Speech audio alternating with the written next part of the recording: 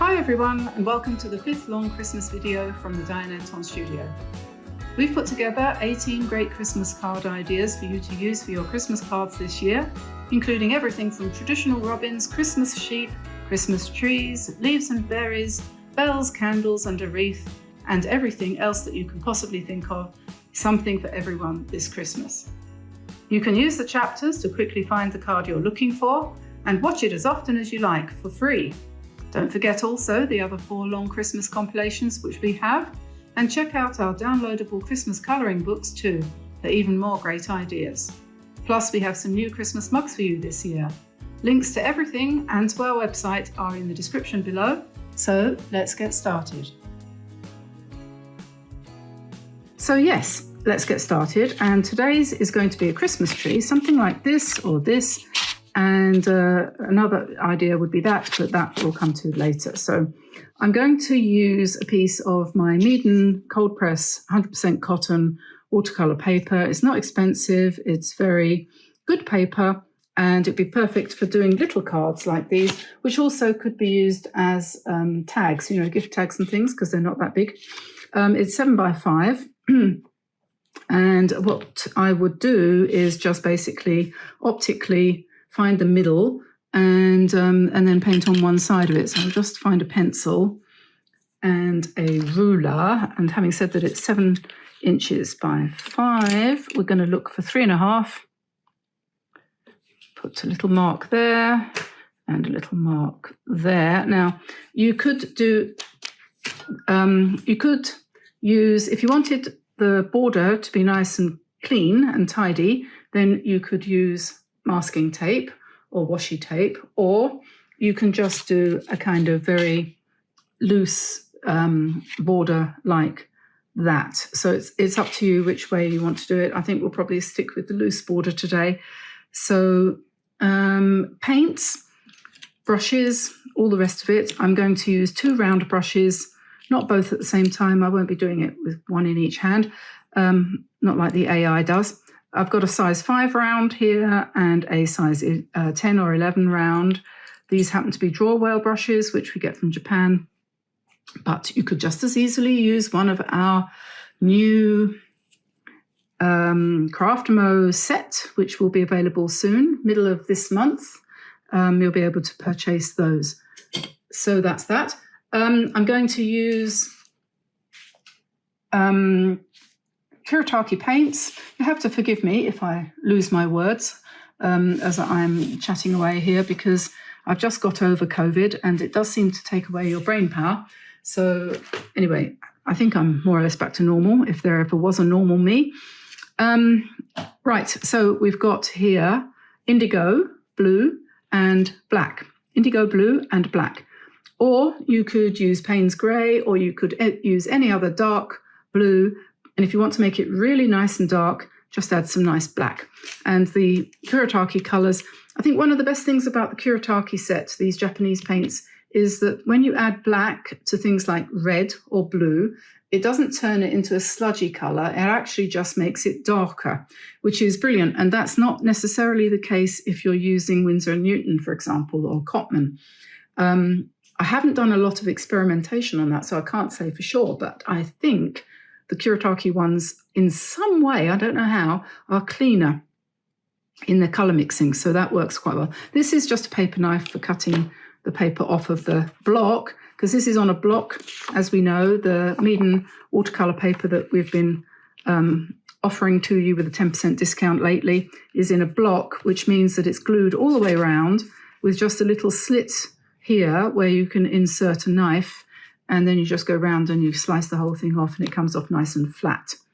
So that's really great. That's an excellent thing.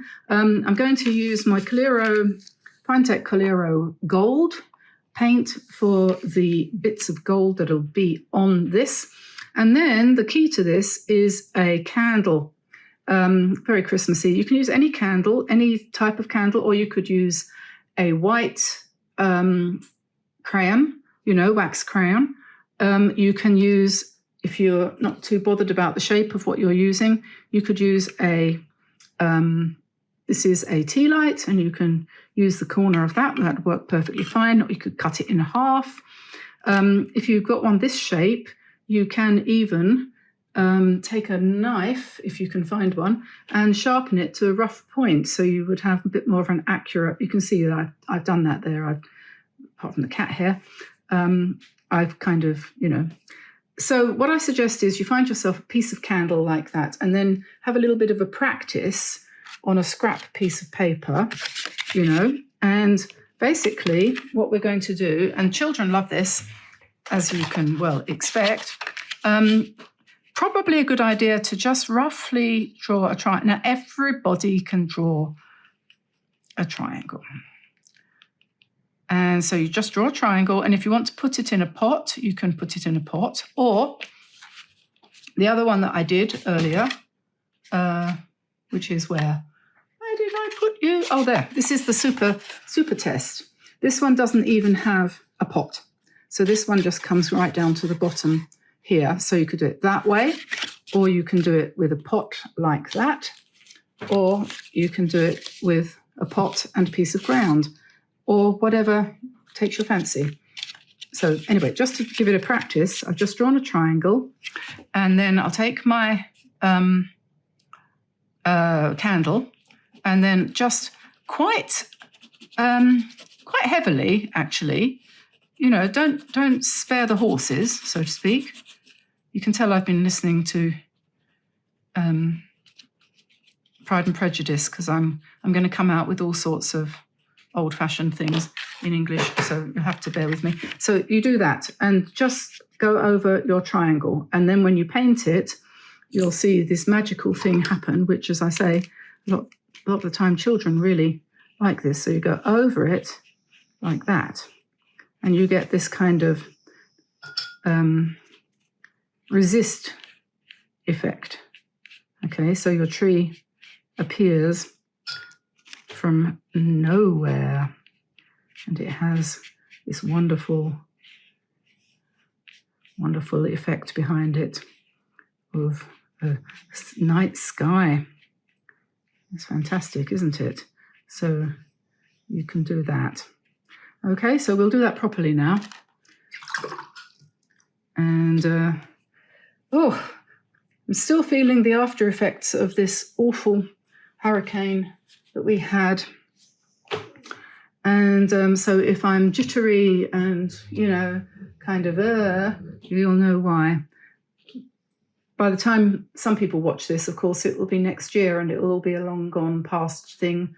But it's only a couple of days since we had literally the biggest storm ever in Brittany here, where I live at the moment. They've never had higher winds than we had. We had winds of over, 130 miles an hour. It was well over 200 kilometers an hour. It's unbelievable. Anyway, so here we have our piece of paper, and I'm going to basically eyeball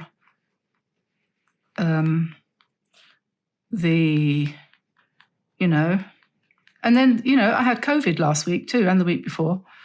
Honestly, talk about it never rains, but it snows, or something. Is that what we say? Okay, the pot is going to go there. The stem or trunk of the tree is going to go there. And then the triangle for the tree, leaving space for the star, is going to go here. And you don't want to sort of be too, to have too great an expectation for what's going to happen, because think of it as being like, this is what children would do, okay? So do it like a kid. Have fun. So we take our candle and we're going to do a nice scribbly tree like that. And you can't see it. You don't know what you've done. And so what? There we go. We won't, we could. No, we won't. We won't do that because I'm going to paint this silver and gold, okay? So there we are. And we can also use white on it as well, if you want. So let's have our black and our blue. This is the first thing I've painted for 3 weeks. So if it doesn't work out, don't be surprised. Okay, so we're going to put in a nice dark background. And we're going to make the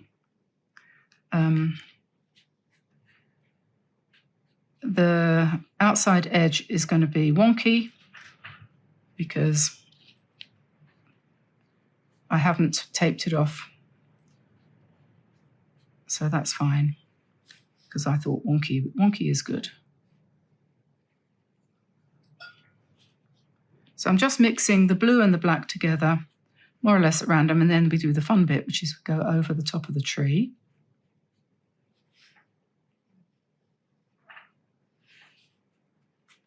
And over here, we're not going to leave the pot unpainted. We just go over the whole thing.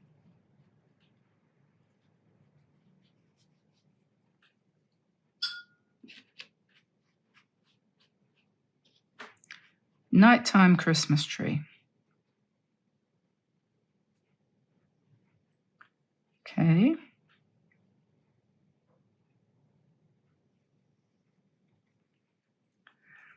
And then what we have to do now is we have to let it dry or dry it with the hair dryer. So I'll be back in a tick. Okay, so that's dry, and you could leave it like that, or you can come back in with some white gouache or some P.H. Martin's bleed-proof white paint, or some Winsor & Newton white gouache, or whatever you happen to have to hand. And you can pick up a little bit of that, and you can sort of, sharpen up your tree a little bit, just adding a few more bits of white where you think you might like it. You know, just however you feel, to just make it maybe a little bit more white in some places. But I think it's probably, probably just as good to just literally leave it with the candle wax. I think it's probably better, but anyway.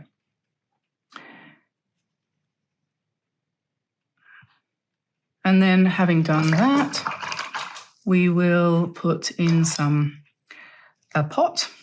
So we'll put in a trunk, keep forgetting what the word is, a trunk and a pot in silver, like that. And then we could, I used gold before, but I think I'm going to use silver this time. So I'm just going to pick up some wet silver like that and do some stars.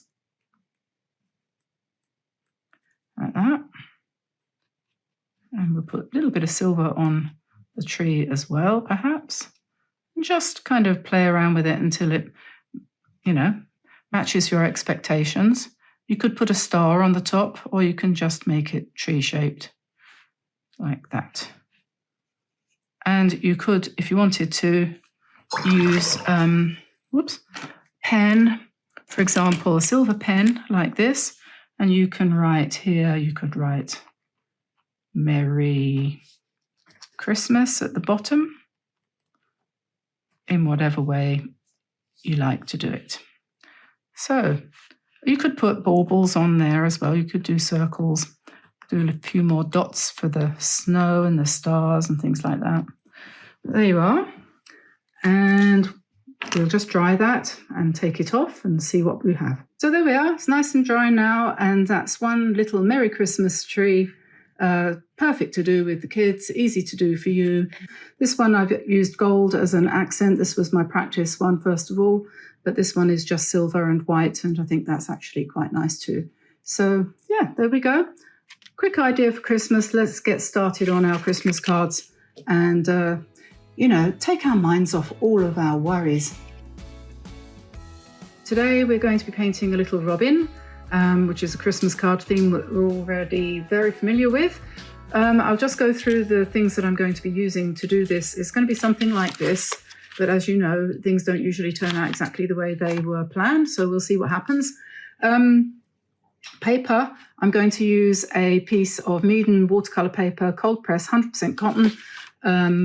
This size is 5x7, which is quite a generous sort of size for a Christmas card, but I think it's probably easier for me to paint it on a bit more space than the Christmas tree that I did the other day, which I did on half size, you know, and that's fine. It's very simple, so that didn't matter about being so small, but I'm going to sort of just do it in the middle there. And I'm sure that you have your own ideas about how you want to structure your own Christmas card, so I'm not going to try and teach anybody to suck eggs. Enough eggs have already been sucked in our lives, haven't they, without needing to start again.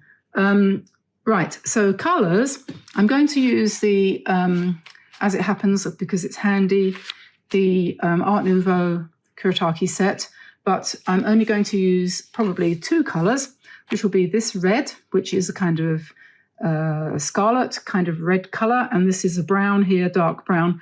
So any kind of burnt umber, burnt sienna, any kind of brown, anything that you've got which is brownish, and anything you've got that is reddish. And for the background, I think I'm going to pick one of these pinky shades, just to keep it all in one analogous colour scheme, rather than going for the slightly more, what's the word? Realistic idea of having blue behind. So I think we'll just go with pink today, just because why not? And for this, I'm going to use a large brush, size 14. Oh, yes, of course. I have to tell you about the new brushes that, anyway, that's for another video. A size 14 for the background. And then I've got here, this is a 5. These are round Drawwell brushes. Any brush will do. This is a new Tombow hard and soft doodah, you know, the thing, a pen, that's the word, and a pencil. This one happens to be a Stettler, ordinary, quite soft, 4B, and this is an Artistro extra fine white doodah thingy pen, and you can use whatever you happen to have for that. So there we are, and this is my sketch, which I did in my homemade sketchbook, because I'm mean and don't like to pay large amounts of money for things I don't need. And I happen to have a lot of paper on hand, so I just use what I've got. So there we go. So let's get started. Yeah, you don't mind if I leave that there for my reference, do you? And I shall sit down. I had an attack of the cold hands this morning, and I have a problem with the finger. This one here, it's a little bit bent. It doesn't straighten out quite properly, which is a bit of a pain because, you know, this is the hand I use to draw and paint with. But every now and again, this one, it goes dead. It's not Raynaud's syndrome. It's not as bad as that. But you know how when your hands get cold, they go white, don't they? Well, that's what happens. Just that finger. It's like, oh, God, here we go. I have to find out where to get some little heated pads to put in my gloves. So that's my problem for the day. Another one to add to the list.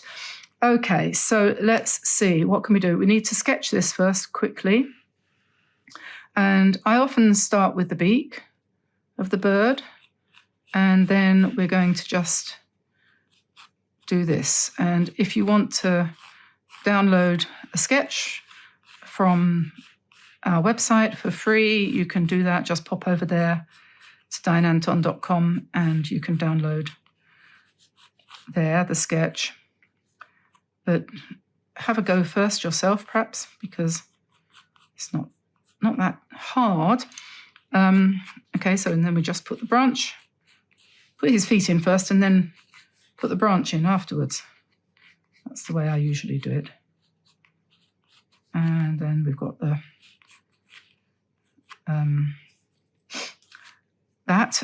and his eye is going to go here. As a quick tip, you know, if you don't want to bother with the tracing paper trick that we did before, just put it on a level, put the eye level with the point of the beak. Imagine a line drawn between there, and that will be more or less right. And then we'll have, from the top here, we'll have some more berries coming down here. And perhaps a couple over here.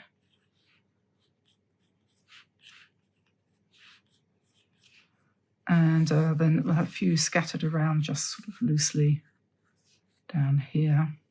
And then I think the first thing to do is the background. So let's move all this junk. What did I say? I was going to do it in pink, didn't I? So we've got this, I don't know what colour that is, number 19. So we'll just pick up some of that and just put it in the background and just generally kind of relax and do that.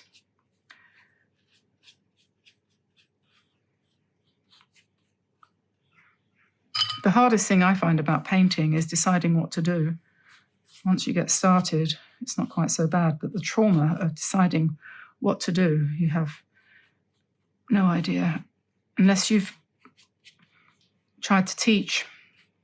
Oh, no, teach. Makes me think of when I was a teacher and I was teaching children, and it's like, oh no, I've got 9 a.m. in the morning. Oh, shall I kill myself now? Oh dear, oh dear. This is so much easier than that.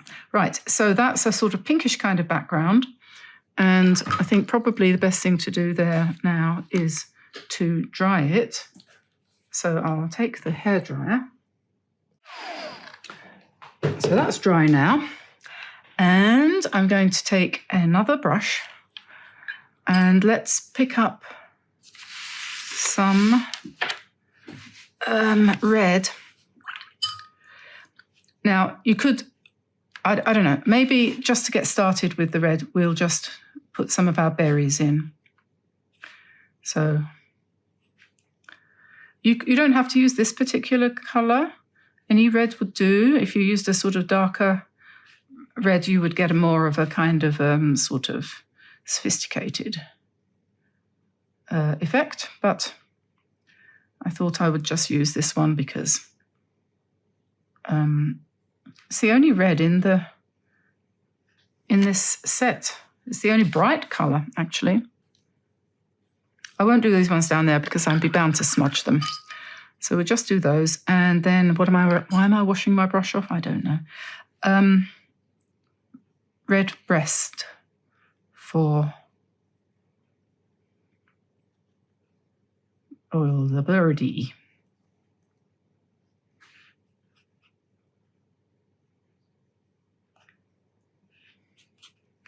So we'll just paint that in roughly. Doesn't have to be too particular. It doesn't have to look much like a robin.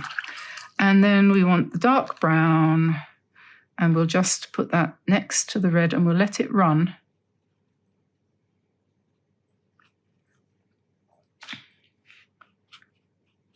And make his wing a little bit darker. And then I'm just going to pick up a little bit of blue, turquoisey blue, because English robins anyway, do have a bit of a bluish kind of tint here. And then we'll go back to the brown and give him a nice dark brown tail there. And then we'll just pop his little legs in.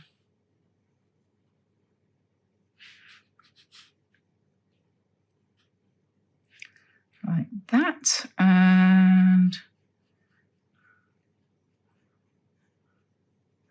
we let that, mix and mingle. And while that's doing its thing, we'll put in the branch. So, don't want that too dark, do we?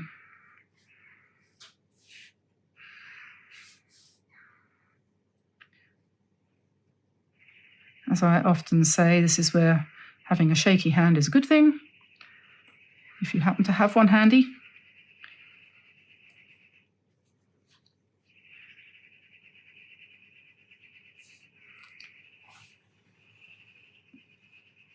I don't know if you can hear those funny noises in the background. I have no idea what that is.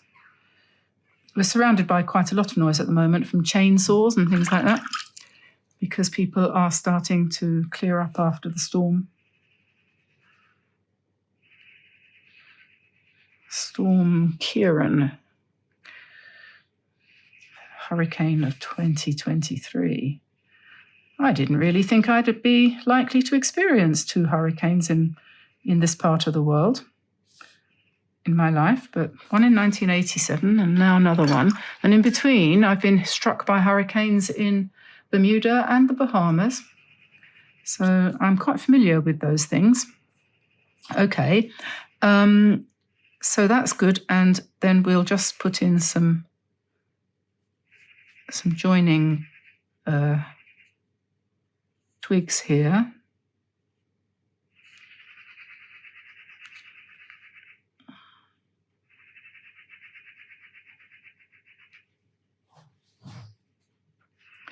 And his beak. And then I'm going to let him dry and do his eye. Okay, so that's completely dry now, and I have erased all of the pencil lines that I could find. And now we want to come back in and do a few more finishing touches. And I've got a sepia brown pen here, which I'm going to use because it's a lot easier than using a brush to do a nice sharp pointed beak. So we'll just sort him out with the brown one.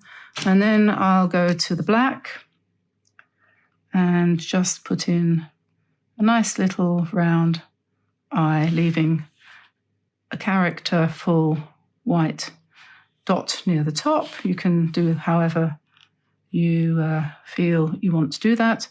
I always like to put in the little toenails because I think that just is a nice little touch. And then as far as the wings and everything is concerned, it's up to you. You can leave it just naked watercolor if you want, or you can put in some pen work if you like, just to give a little bit of, emphasis. You could do the same up here as well if you wanted to. You could do all sorts of things. You can, go around the outsides of the berries and so on to give them a bit more shape, or just leave them. I think either looks good. And if I was making Christmas cards, if I had any friends that I had to send Christmas cards to, I would probably do some each way kind of thing. And then if you want to make it look a little bit more funky, you can put in some white and, just embellish it a bit with some white, if you like. You can also strengthen up the eye dot if you've lost it a little bit. And then the other thing, I think it looks as if it could do with a few more berries. I don't know what you think, but we could add a few more. Just kind of pop them around in the sky.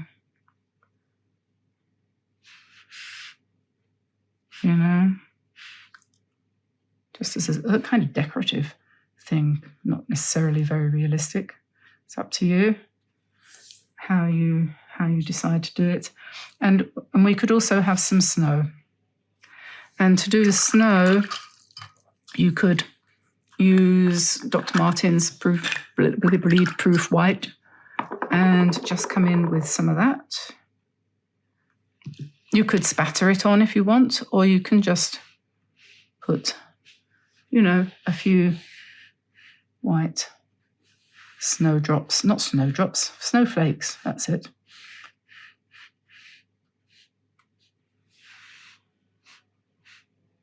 And you can also add some shiny bits to your berries if you want. Just come in there with a bit of white to emphasize that. And this doesn't seem to have shown up very much, so I think I might just, PH Martin's it a bit there, like that. And I could put a few dots around here too if you wanted to. So there we are. Oops.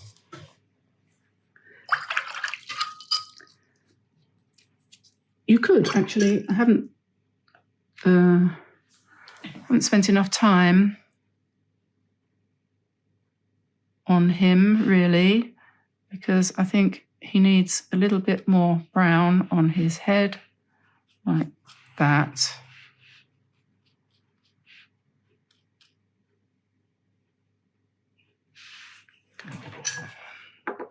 Just make it a little bit darker. A little bit darker here.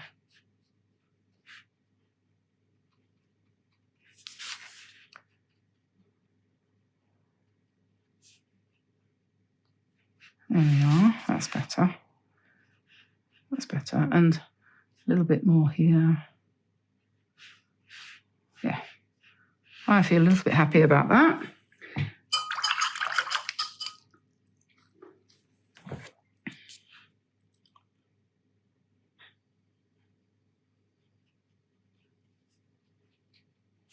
Somewhere between realism and cartoony. So you have him and my sketch, my original sketch. And you could, you know, I mean, there are hundreds of different ways of doing this, but that's just an idea. You can get the sketch from the website for free if you want to download that, and have fun making it yours. Today we're going to do some little sheepsies. And this is my original sketch that I started with this morning when I came to the studio. Started off by drawing it in pencil, and then I tried it in ink, and then I've been playing around with different colours. And there are so many different ways that you could, you know, one of the biggest problems about painting and getting started, I think, is making up your mind what to do, because there's so many options. So you have to just say, okay, I'm going to do something. I'm just going to do it.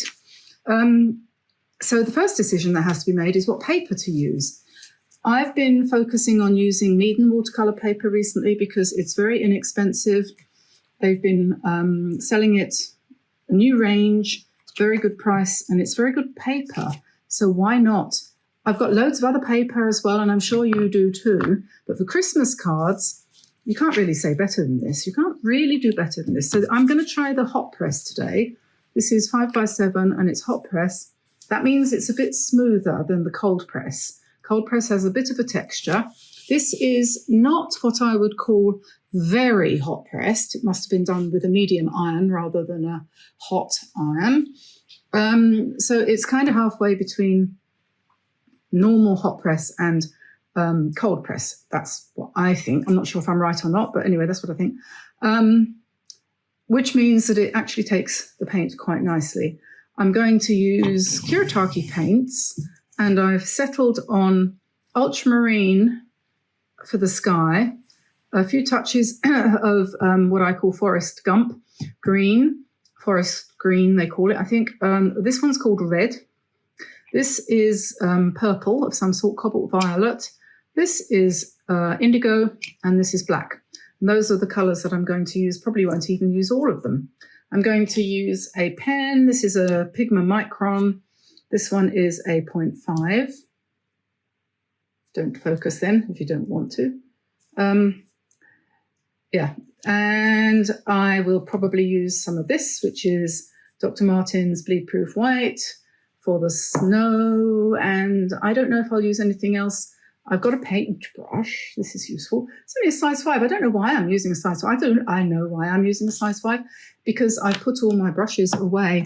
I've acquired recently a new storage unit from Meaden.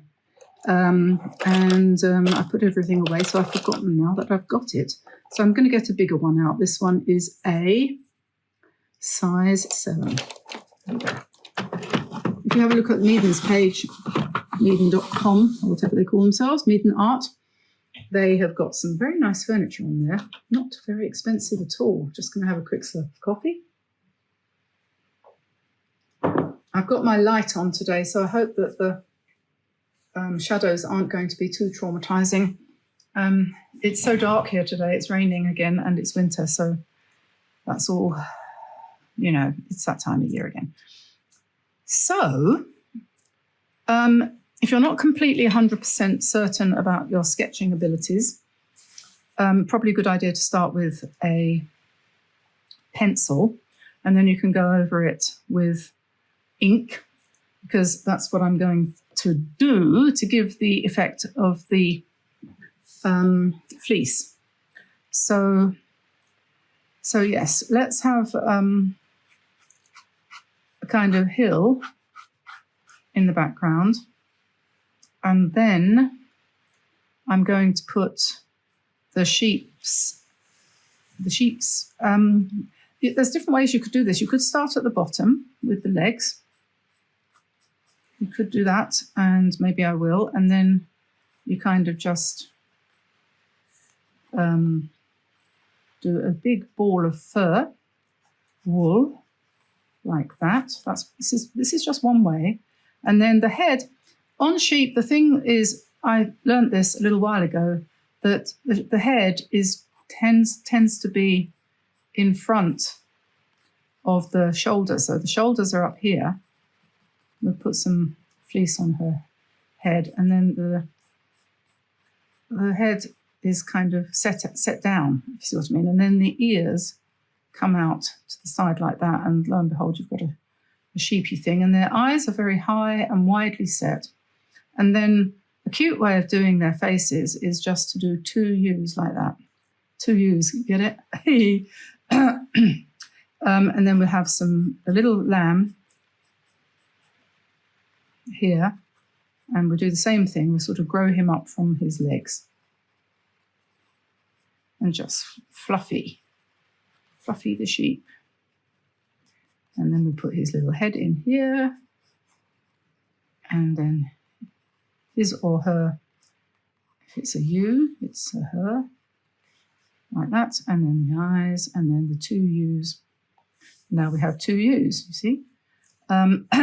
And I'm going to change, I'm going to change the line of the thing there. And you know how it is when you start a painting and you think, oh, maybe I won't do it quite like that then. And because what I'm going to do now, I've just decided, I'm going to have a go at putting another one in just behind. I don't know if this is going to work.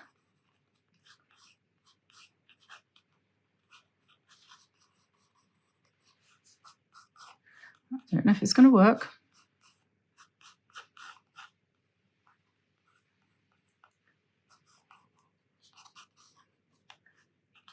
Okay. Yeah, I think that will be okay. And so then your hill line goes over here. And here, I just desperately want to put a robin. And by the way, when you draw robins, don't bother about a head. Just do a circle or an oval and a beak, or as my husband says, a peak, and Bob's your uncle. And then in the background here, we could have, I had a kind of skeleton. I hope this is recording. Yeah. I had a kind of skeleton tree. And then you could, over here, you could have a kind of fir tree, or you could have both or neither. You could have a fir tree there too, it might look better. But the whole thing of having a skeleton tree is then you can put birds in the tree, like that, if you want to play around. So, okay, there we go, sketch done. Now, I think I'm going to ink it. This Pigma Micron seems to be waterproof. So we'll do that. And yeah, the shape of the sheep's heads, just looking at my reference material a little bit here, it's basically an oval. I think I might have made that one a bit too wide. So it's basically an oval like this. A little mouth and the eyes here. And I'm just going to scribble in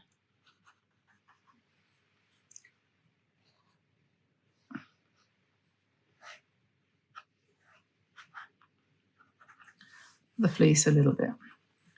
Just a little bit. I'm not going to do big detail, just kind of get it in there.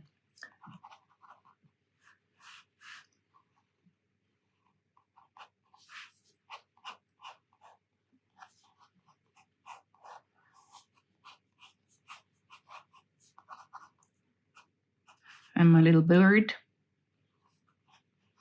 little robin, and smiley girl, and the lamb.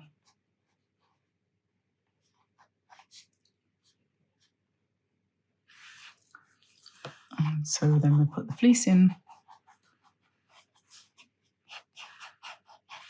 and the legs. We can paint all this in later.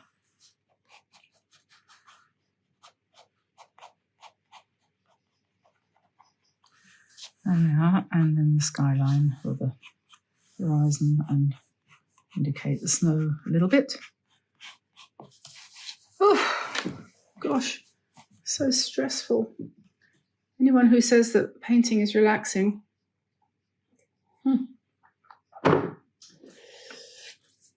Yeah, so let's put a nice dark blue, purpley, indigo-y sky, and the reason why is because we're going to put snow on top of it, aren't we? And it won't show up otherwise. So let's do that.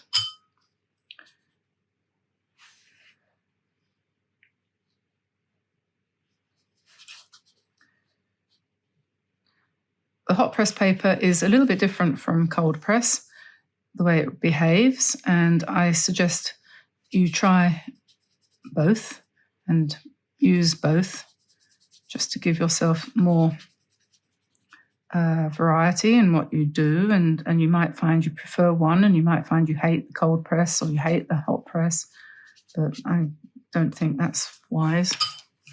Okay, and I'm going to drop in some green here, and this is the way this painting is going to develop.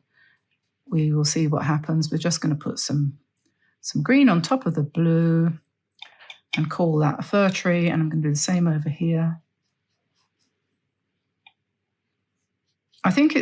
I personally don't like to plan things too carefully in advance. I like to have an idea where I'm going, but then I like to allow the muse to speak and just let it flow, let it go, let it do what it wants to do, because I'm not really in control completely of what I paint. It has to be said. So now we'll go to some ultramarine with a little bit of white in it, and I'm going to put in the snowy landscape behind the sheep. I've put a little bit of colour for the blue because I know snow is basically white, but what you see is mostly shadows, isn't it? And they tend to be bluish, don't they? But for the purposes of this artistic interpretation, we need something to show up the sheep. We don't want just white landscape and white sheep, do we? Because we wouldn't be able to see them, would we? So, and then we'll just emphasize the shadows a little bit with a bit more blue. That is, what is it? Indigo.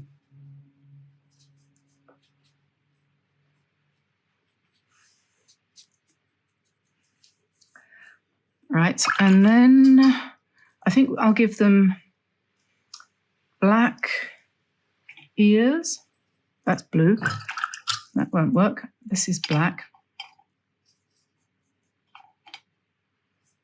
We could have black faces as well. I might do that. Let's see how we feel once we've got the ears in. We could have a little bit of black.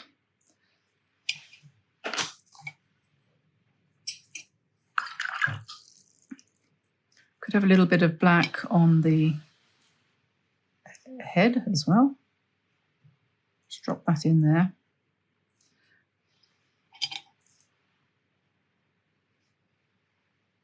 A little bit of black top knot kind of thing.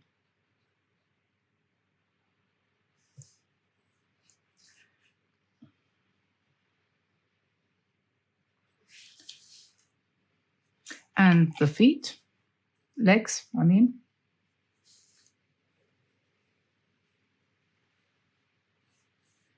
Somebody said the other day in a comment, and I've said this too, that on the whole, when you're doing a painting and you have elements like flowers and so on, it's a recommended thing is to use odd numbers rather than even. So have like 5 or 3 or 7 flowers rather than even numbers 2, 4, 6 and so on.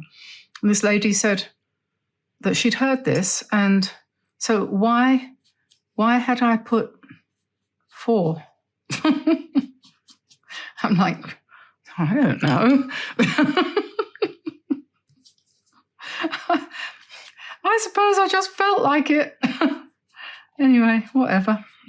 Sorry if that was you, lady, but there doesn't always have to be a reason. And you don't have to obey the rules. And I'm not a big rule person, as you might have noticed. Right. And yeah, I just need to put this red breast in for the bird here. There we go.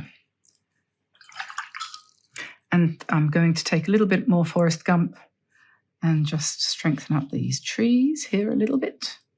And keep them nice and loose. One of the best things that's happened in the world of art, in my opinion, in the last little while, is that the requirements for perspective and so on have kind of gone out the window, and no one cares anymore about perspective. This started back in the 80s when people who were a little bit more avant-garde began to disregard perspective and to only paint the way it came naturally to them. And it's been going further and further down that route for a long time now, to the point now where if somebody bothers with perspective for a landscape and so on, you start to think, oh, wow, that's unusual. They bothered with perspective. But we don't need to. Size, scale, perspective, and all those kinds of things are now optional. Now I'm just wondering about their faces. And I'm thinking they probably will look more cute if I give them dark faces. So I'm going to do that.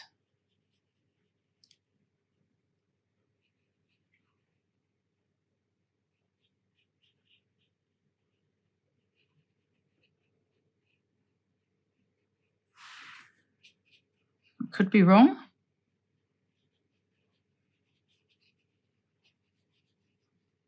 But we'll see. It's gone very quiet here.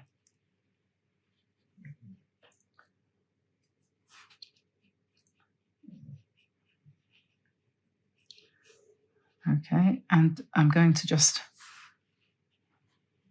stop, dry it, and come back in a second. Okie dokie. So now I'm going to put in some nice red scarves. So we're going to go around the neck of the sheep, I think, and we have a little flyaway kind of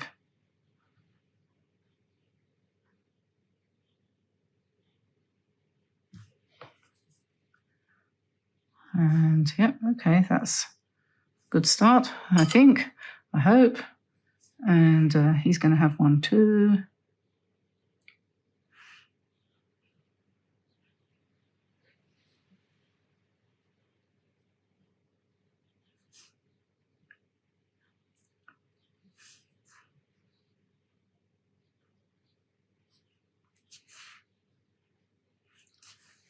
And then one more here, and we'll put some checks on them or something, I think. I'm going to put a nice knot.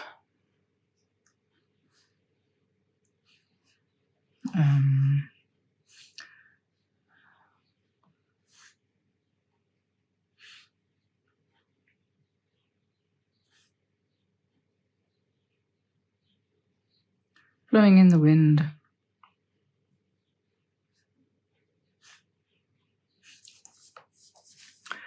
We could put a few more birds up here, a little bit more. Perhaps there's a whole flock of red cardinals sitting over here. We'll put the branches on underneath them. There you see, there's 5. And the robin, nice red breast there. Okie doke.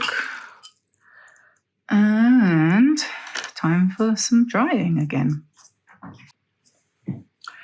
So now I'm going to just do some checks and stripes and things on this scarf here. This is a white Artistro pen. And so we're just kind of scribbling some lines. I'll do some black ones in a minute, I think.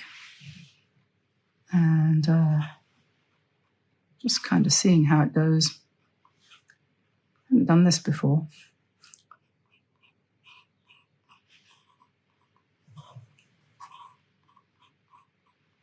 Okay, that's fine. And then some black ones, because, you know, it's like tartan, isn't it? Sort of Scottish checks.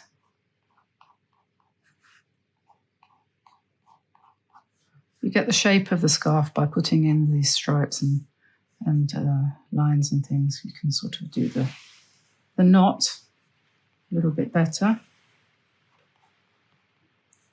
You can take your time. I'm trying to do it reasonably quickly because we're trying to make these into 15-minute projects, and to be realistic, whether or not you can do it in 15 minutes, it's going to depend how careful you are and how many details you put in. But you could definitely get the basis in 15 minutes, I'm sure of it. Okay. Just make the eyes a little bit more oval and give him a bit more darkness, him or her. Are you a you? And then I think I'm just going to scribble in here very lightly. Just scribble, scribble, scribble. This is the fun bit. Scribble in the fleece. I'm halfway through knitting myself a winter jumper from the fleece from one of our sheep. And of course I didn't spin enough wool, so I've got stuck. And then I was ill, and I started it back in the spring, and I thought I'll have plenty of time to do this for the winter. And I haven't. I kept putting it off and thinking, oh, it's too hot to knit, it's too hot to spin. And then next thing I know, I've got COVID, and the next thing I know, we've got a hurricane, and then I've got all of this work to do for the studio, for the channel, and big crisis in the Middle East, and oh, God almighty, you know. So anyway, it's not all bad, it's all good. It's just there's a lot of it. Right. I think we're getting to the end here. I'm just going to put some shape to these leaves. And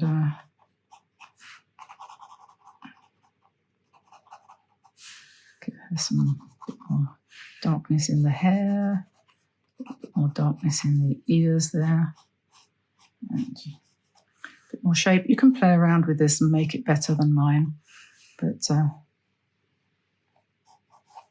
that's what we have. This is what we find, and I think that's pretty much where we are. I'm going to leave it there. And so there we are. 3 sheep on a hillside in the snow. Oh, I forgot the snow. Can't do that. Can't forget the snow, can we? Let's get some nice white, dilute it with a little bit of water, and just spatter in the snow. Lots of nice snow.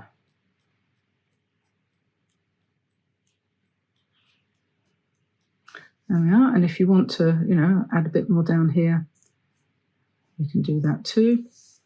Otherwise, I hope the sheep are going to keep warm with their nice scarves on. I'm going to try to paint a pine cone. So I'm just putting sort of little semi-circles, gradually getting a little bit bigger as you go down the shape, making the shape as you go along. And once we've put this, I'm using quite dilute burnt sienna here, and I'm just then going to pick up some burnt umber, which is much darker, and drop that in to give us some shadows.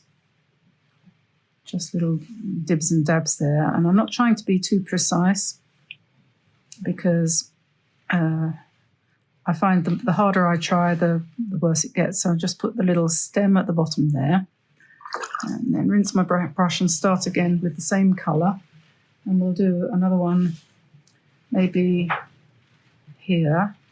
I'll turn that round actually, because going from the top to the bottom is easier, I think.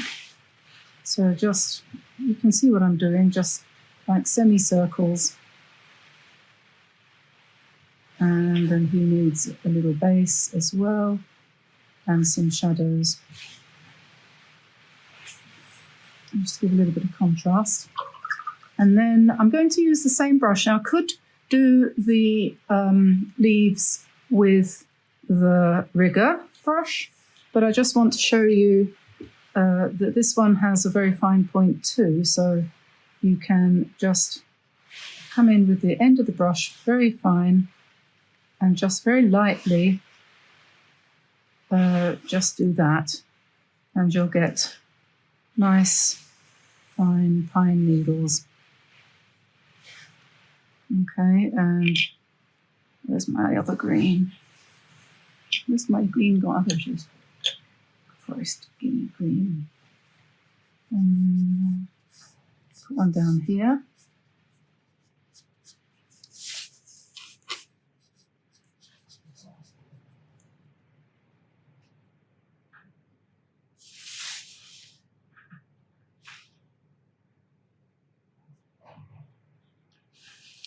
And then maybe one more down here.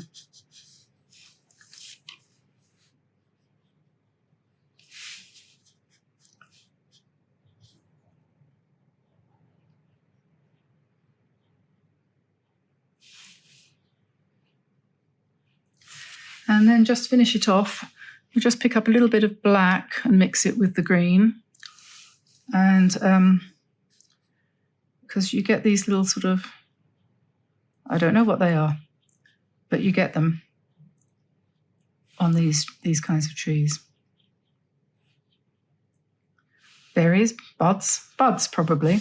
There we are. So, and we just darken up the centres of these pine doodahs. And then maybe perhaps very carefully just a little bit more detail in the shadow parts here.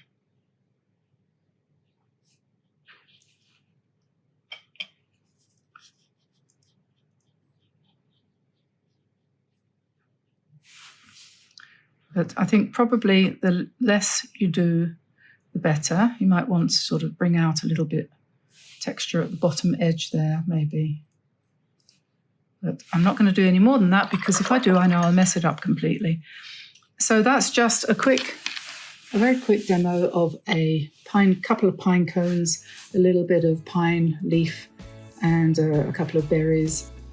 Okay, so to have a go at doing this is a really simple little thing, and I think you'd probably enjoy it. I'm just going to pick up some, this is number 68 in the Kuretake set, which is blue-grey deep or something like it. So indigo or a little bit of ultramarine with a touch of black in it would do. And I'm just mixing up a little bit there, just not going to make a big fuss about that.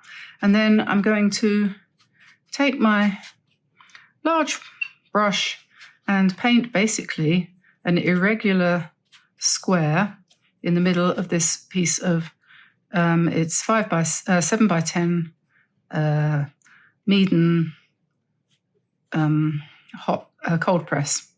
But any paper will do, and you can either make it very rough around the edges, like my model was, this one here, or you can mask it out with some washi tape or masking tape, or you can just, make a nice, whatever you feel like, whatever the mood strikes you on this particular day, and however your hand shakes or doesn't shake, just don't play with it too much though, and just leave that to dry.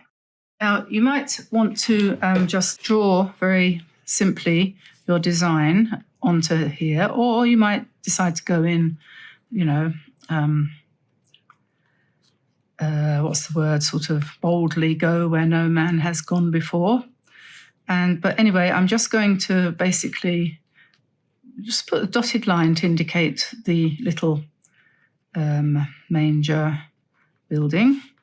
and then just some dotted lines. This way you don't have to worry too much about having to rub them out. So, and I know that they didn't have well, maybe they did have Christmas trees in those days.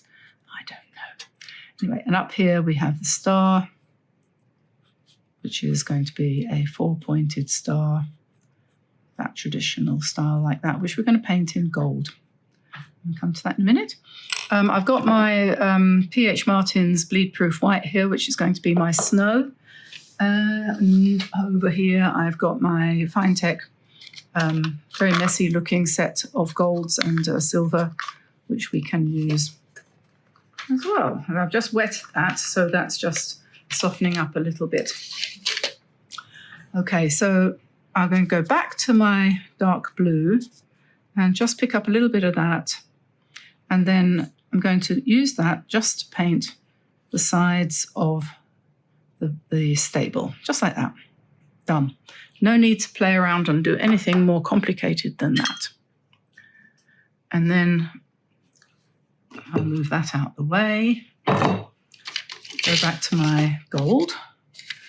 White next. Well, actually, no, I'll do the trees first. So we'll pick up some gold on this brush, make it quite thick.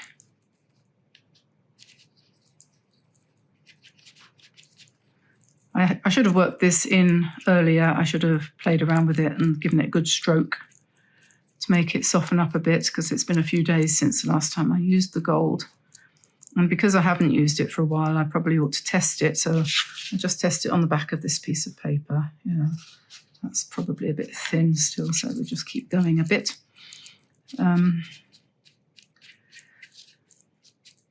This brush is very, very versatile and can be used for doing lovely loose skies, loose trees, the foliage on trees and everything, and the ground, obviously, grassy banks and mountains. Does a very good mountain. There's many, many, many things you can do with this brush. And what I'm showing you today is really embarrassingly simple, but just to kind of just get it started. Whoops, it's got a hair coming out. You might find that with new brushes, any new brush. So we'll just dab in like this. It's harder to describe than it is to do. So we just make the trees by doing sideways lines like that. Just 2 triangles. Ta-da! And up here we will use the corner of the brush to paint the star. And if you feel that that's not dark enough, and if it isn't, it's because I haven't mixed the paint up thickly enough, you can wait for it to dry and then come in and give it another coat. Or you could use a gold pen, which for a small thing like that is probably quite a good idea. And now we're going to do the white part. So I've got my P.H. Martin's paint here, and I'm just going to literally dip my brush into that because it's all soft. And then I'm going to paint just the snowy roof just like that. And keep it erratic and, any old how. And we'll just let that dry.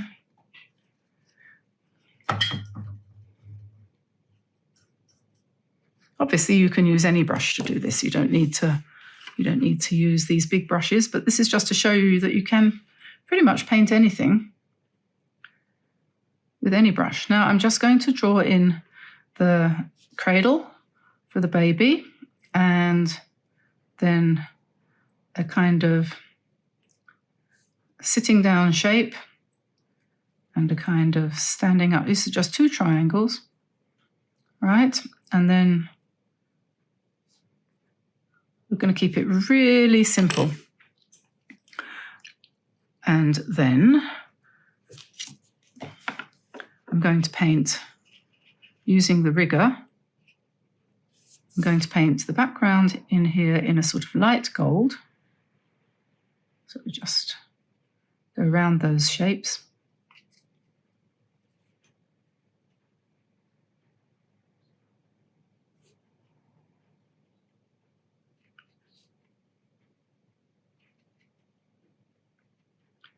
It doesn't matter if you get a bit of running, because we're not doing this as if it was something on a computer, are we? We want a bit of personality in it. So the next thing is now to paint the figures, which are very tiny. And so a small brush like this is probably quite a good idea. And I'm going to do them in blue as well, I think. And so we'll just drop in some shadowy colour, because they don't need to be anything very definite. So we've got Joseph, and I'm going to take a pen, I think, if I can find a black pen, to do his shepherd's crook, because you can't possibly paint that. And then to do the manger, do that with a pen as well. And then Mary, just sharpen her up a little bit here. And really, we're not going to do anything other than that. I should think they would be very well wrapped up in the winter in that part of the world. And then just a little bit of shadow under the trees, like that. Maybe I'll make her just a tiny bit darker. And a little bit of dark in the manger, like that. And then finally, some snow. So we just pick up some white mixed with some water and use the rigger to spatter the snow all over your painting. So there we are. And that, when that's dry, we can cut that out into a square shape like this and mount it on a card. However you feel inclined to do, but make a little decorative thing for somewhere in a corner in the house. Today I am going to show you one way of painting a very simple landscape in the style of Ron Ranson, using a 1-inch flat brush, which was one of his favourite brushes he used for practically everything, and a size 4 rigger, which was similarly one of his favourite brushes for doing branches. So this is for your leaves and your trees and your landscape areas and your skies and so on. And this is for the more delicate parts. But I'm going to sort of more or less free flow paint a kind of wintry sort of landscape. So imagine that the ground level is about here. And I'm going to pick up using... just a second, I might have to put this on to wide. So yes, in the background, we're going to have some sort of bluish trees. So I've got cobalt blue and cerulean blue here, which I'm going to roughly mix together. I'm going to add a little bit of brown. I want a brownish something here, raw umber, a little bit of raw umber to that to make it into more of a grey. And then, so for reminding myself, so then what I'm going to do is just paint in some shadowy, I haven't done a painting like this for ages, so I am shamelessly imitating Ron Ranson, who is now no longer with us, so he's not going to write to me and complain that I'm copying his work. No, just kidding. Well, he is actually no longer with us, so he won't. But anyway, so that's the trees in the absolute background. And then using the same sort of colour, I'm going to just put in some shadow there, which kind of then gives you the impression that maybe there might be a bit of snow lying around, perhaps. So a bit more raw umber, a bit more cerulean blue to give us some slightly more intense grey. And then I'm just going to drop some of that in along the bottom line there, so it'll go up, not down. And then we'll go to the raw umber again. and some ultramarine, let's say, and ultramarine, yes, which when mixed with raw umber gives us a very dark bluish grey. So these trees, and so more brown gives us a browner colour. Oh, I'm going to sit down. And I need to dry this, so I'll be back in a second. Okay, so we've got burnt umber or raw umber and ultramarine to give us a nice brownish grey. And I'm going to just drop that in here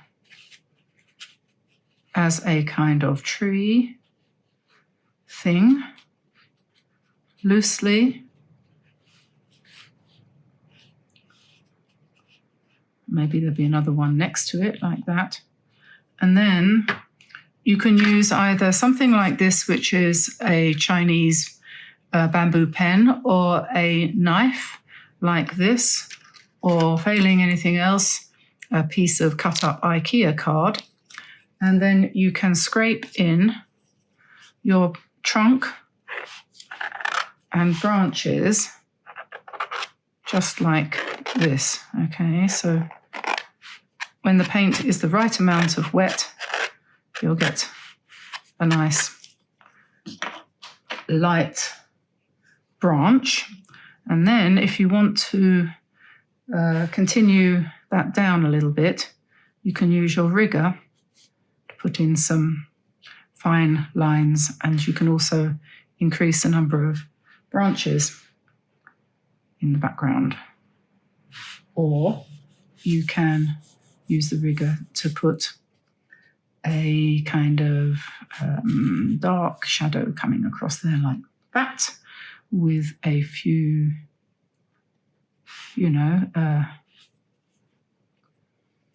grasses. Then I'm going to go back to the big brush and I'm going to add some green. So this is olive green. Add some green to that grey just to make it a bit greener, and a bit more blue and a bit more brown and a bit more green. And we're going to put a nice fir tree here, just using the side of the brush like that, nice and irregular. And then over here, I'm going to use what you call the heel of the brush, so like scrunching it in, all sort of scrunchy like that. Whoops, I'm losing a hair here. Yes, I'm losing my hair, losing my mind as well. And then just darken the bottom edge a little bit, okay, like that. And then I should go back to my rigger and olive green and more umber. And let's put in some thin branches. And we have a few more here as well, so some tree or other that's been hit by the hurricane, so it's kind of wonky. And here we'll put in a trunk, some more dark down the middle there like that. And then I'm going to scrape out a bit more with my knife. I think I'll use my knife.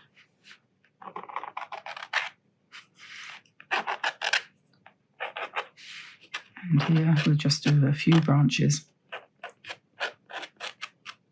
And when the paint's a bit drier, you get dark lines as well as light lines.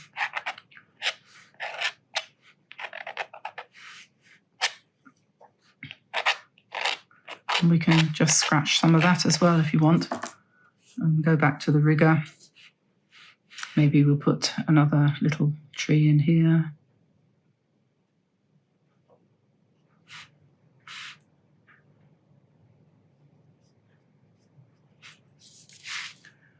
So really I'm just demonstrating. This is, I would by no means call this a work of art.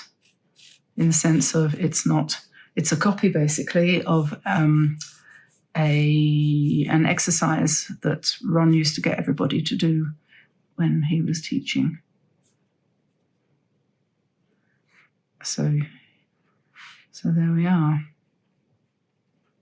Lots of practice for various different kinds of branches, leaves, a wintry scene. Maybe I want another little tree in the background here. I'll just put that one in using the rigger.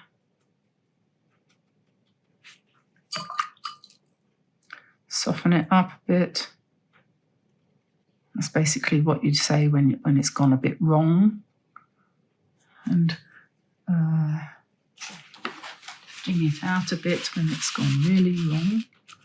And you say, no, I didn't want to do that, sir. There we are. So that's that. And finally, last thing is probably just a little bit of dry brush work here and a few little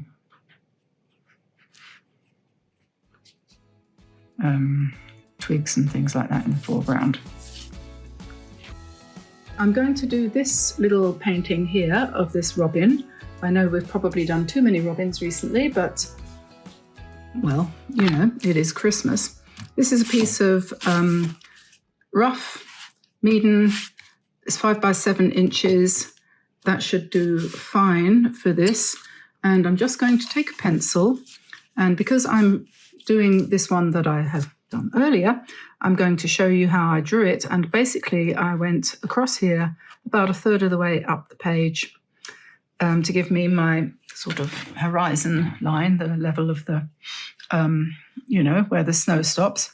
And then I tend generally to start with the beak, just because you've got to start somewhere. And then I do a kind of curve like that for the bottom of the bird, and then another curve.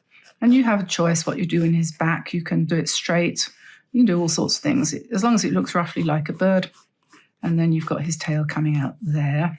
And then how you do your legs is also up to you, obviously.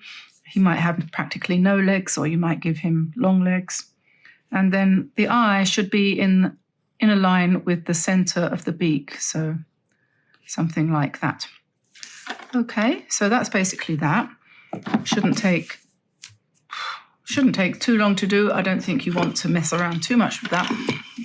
Just keep it really simple, because you'll be able to make adjustments as we go forward. Now I've got the mop here, which I'm going to put in water. And then I'm going to take, this is the black, black Kuretake paint. And I'm going to just pick up some of that and then have fun. You know, I mean, really have fun, because I'm going to use the mop to cover the whole of the back of the background in black. You don't have to do it in black, obviously. You can do it in any color you like, and you'll get a similar effect, because we're going to then paint over the top of this. You can, the brush does come to a sort of point, comes to a nice controllable pointy shape, so you can go round the bird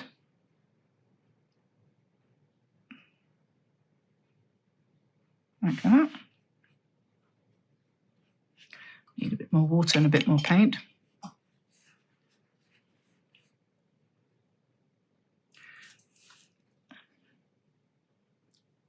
And we'll just come down to the ground here. And then what we're going to do next, don't worry about the shape, because we can correct that with the next stage. So the next thing to do is to let it dry, and or put the hairdryer on it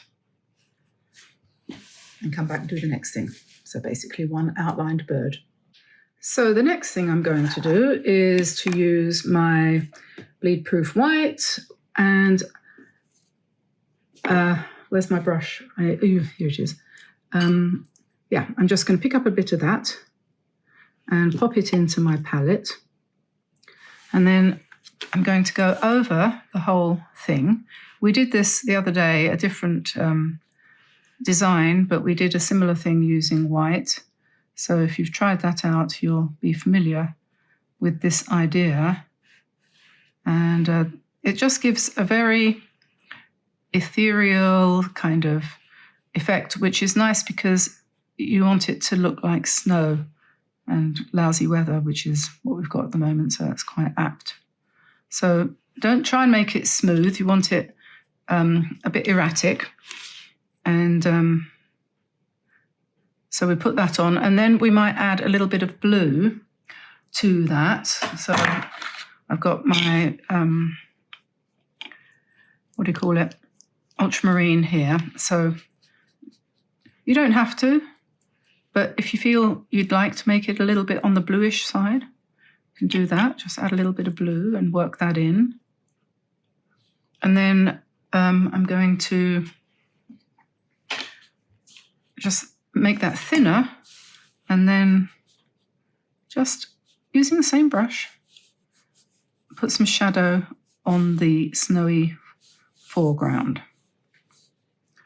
And I might clean that brush off and soften the edges of these blobs like that.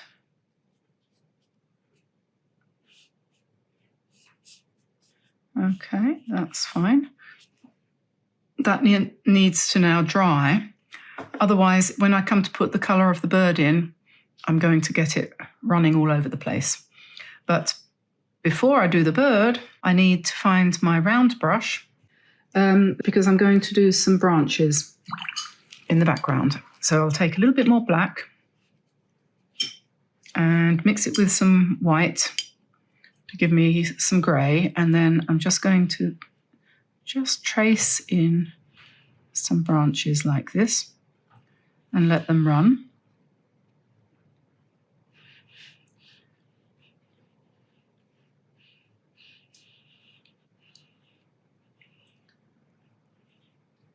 Just any old how. Just relax about it.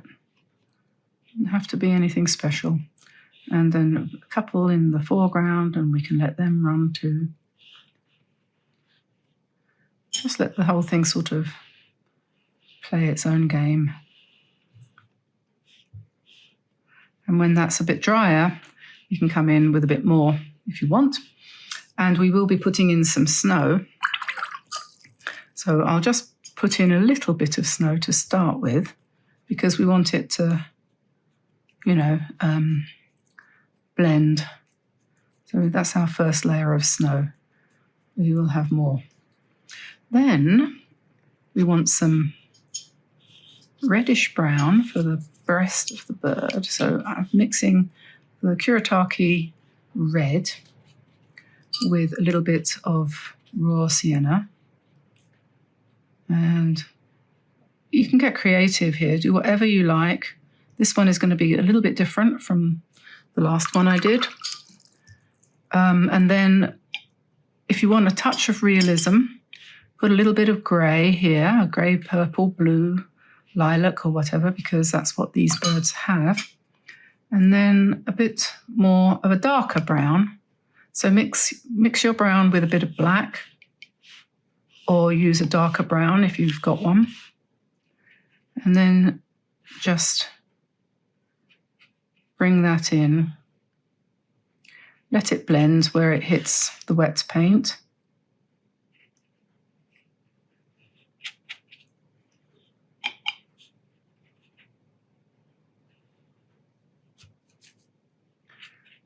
The good thing about these Kuretake paints is that they are very, tolerant.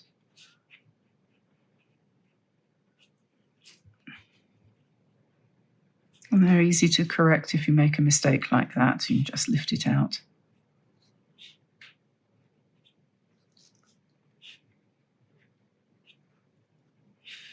So we'll just let that dry. And maybe we want a little bit more darker here, perhaps under the wing. Let that blend a bit. And that's still quite wet, so I'm going to dry that before I put his legs in, otherwise he'll get furry covered legs. So now I'm just going to come into his beak area using my round number 9, and I'm just going to try to paint basically a sort of diamond shape, I suppose. Something like that.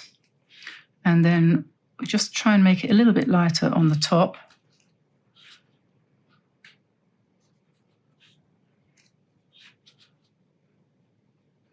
And then perhaps a bit more dark brown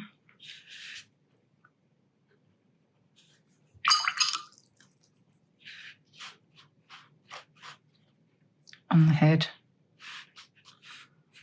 And maybe just pull the colour down there a little bit.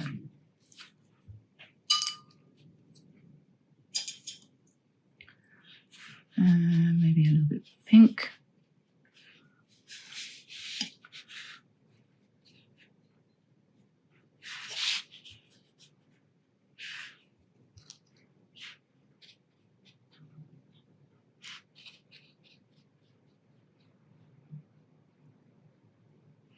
There we are, and then we'll put some feet in. And this brush has got a very nice fine point, so you can use it for practically everything. And I could even probably paint the eye. Oh, I forgot, it's wet. So panic not, just dab that out and resort to your hairdryer. I'll be back in a second. Okay, so that's not ruined completely. So we'll leave that like that. And I want to put in a little bit more darks here behind the tail, a little bit here. Just keep it nice and loose. That's the beauty of these brushes. It's all nice and loose. And now it's time to go back to the white, and let's cover up that piece of pink there that ran. That's not a problem, is it? And then a little bit more blue with the white, just to make a little bit more shadow on the snow. You can do this however you like. And then I'm going to take a nice big dollop of white, and I'm going to start with the snow on top. So we just go over the whole thing with nice taps. This is a perfect brush for doing snow flakes. And when I've done that for a bit, I'm going to take my toothbrush, which did not come in the Craftamo set, and I'm going to spray a fine toothbrush spray all over, which gives it some really nice texture. And apart from anything else, it's a lot of fun to do. You can really get carried away with this. So there we are. One little birdie sitting in the snow, very similar to his friend over here, and makes a lovely card, I think. So let's look at this. I've got my big palette here, which has got all my conventional, traditional paints on it. So I've got things like olive green and hooker's green and sap green here, turquoise, Naples yellow, all sorts of colours. And I've got down here the reds, I've got permanent rose, I've got alizarin crimson. So I've got everything I need between those two colours, those two opposing colours. I've got everything I need for leaves and berries, which is what I'm thinking I would do today. So to get started, I think I'm going to just mix up a kind of sludgy, yellowish colour, and I'm going to put a bit of a background in. And this is just really to break the paper and get me started. And so it's going to be a pinkish, greenish, Naples yellow-ish, maybe a tiny bit of permanent rose in there. down here. I always think if you paint a loose background like this, it's probably, generally speaking, a good idea to have it go from cool to warm as you go across the page. So this is what I would say was cool because it's more on the greenish side. And then as we go down, we become a little bit more warm with the orangey kind of thing. So now that is basically the background done. See, like took no time at all, right? And then I'm just going to drop in a few, using this brush, a few more or less random, perhaps you could call them leaf type shapes. And that's just kind of the background, and that's just going to get us started. And we'll come back in a minute with some things that are a little bit more shapely. But I'm going to let that dry now. That's dry now. So just to make it a little bit warmer in some places, I'm going to pick up a bit of quinacridone gold, and I'm going to mix that with a little bit of green. So we have a kind of greenish, goldish kind of colour. And we're going to put that in a few places like that, and then just sort of blur it using the side of the brush. And make sure that we leave plenty of light. We don't want to go all over it, so we are kind of just, sort of thing. So then we might want to go to the hooker's green mixed with olive green, for example, and maybe we'll put a bit of that in up here. And still we're very much in the abstract, if you see what I mean. And I'll just wash that out and then soften my edges everywhere using the side of the brush.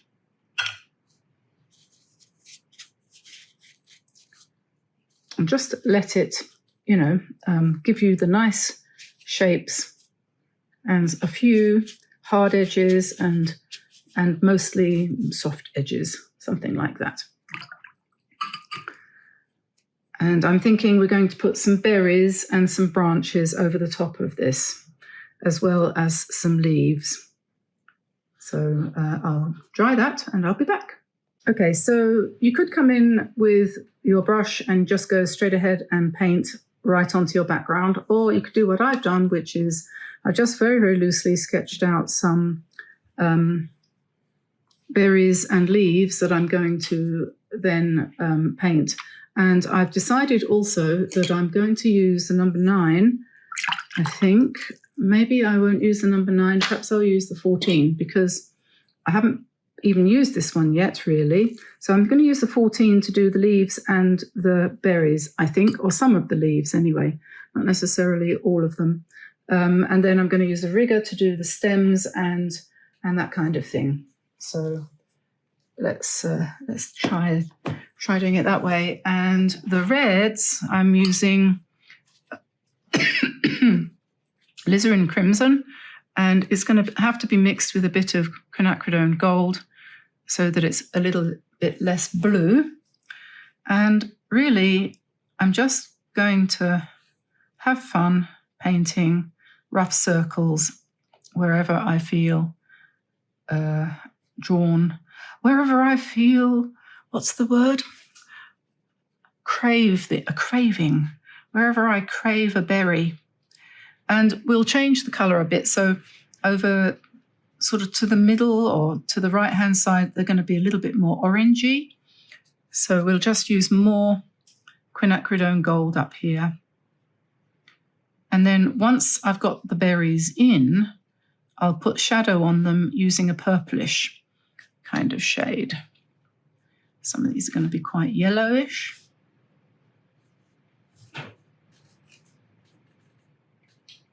Don't bother too much about trying to make them too accurate. Later on, you'll probably want to put in some shadowy ones in the background, so very faint. And now I'm going to pick up some green and just using this brush again, just basically say to myself, oh, I'm going to put some leaves in. I don't know where, just leaf shapes. and see what happens, really.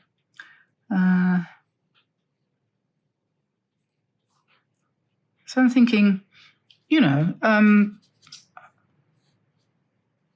oh, what kind of tree is it that has this kind of berry on it? Not holly, is it? So we'll put in a few just to get started. And now I'm thinking, oh, maybe what I'll do next is I'll put in some twigs, some background twigs. So we'll use the slightly smaller brush. And I want dark brown. Sorry if you can't see this, but I am just activating some brown. I could use my Kuretake colours for this, but they're over there.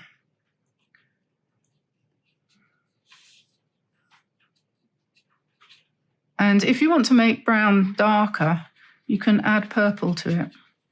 This is quinacridone purple, and that actually makes quite a nice contrast with the greens and the oranges and reds and things that you're using. But so we'll just bring this in, and you know, the shakier the better, I think. Just let it all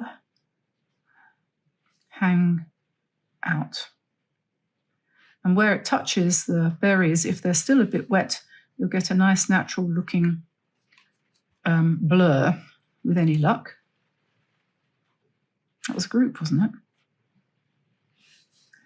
And so we just keep going down, finding all of our berries that we've prepared earlier.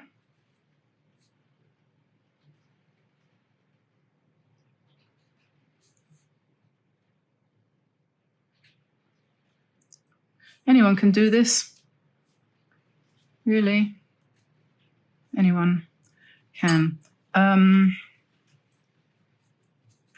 Yeah, a bit more purple, a bit more brown, make it darker. So the thicker the paint, the darker it will appear.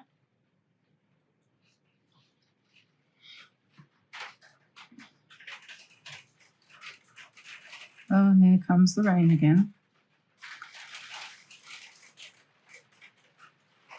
And let's bring this twig down. Maybe, yeah, no, we'll just keep going down. We'll just keep going down. I think I need a few more berries, perhaps. And maybe some nice dark green. So I've just added olive green to that mix that I had. And we're going to put in a few more really quite dark leaves.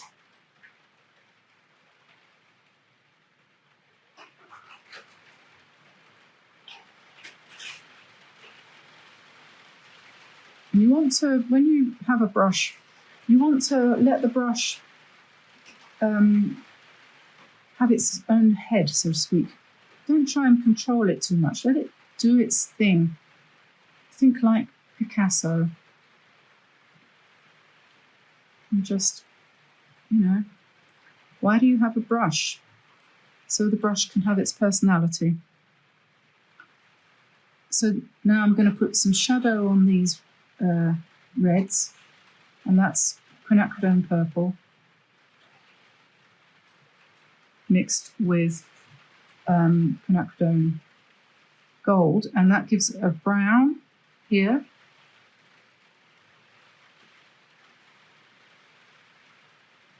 Which is nice, and it'll just blur. And we could go for a little bit more quinacridone, so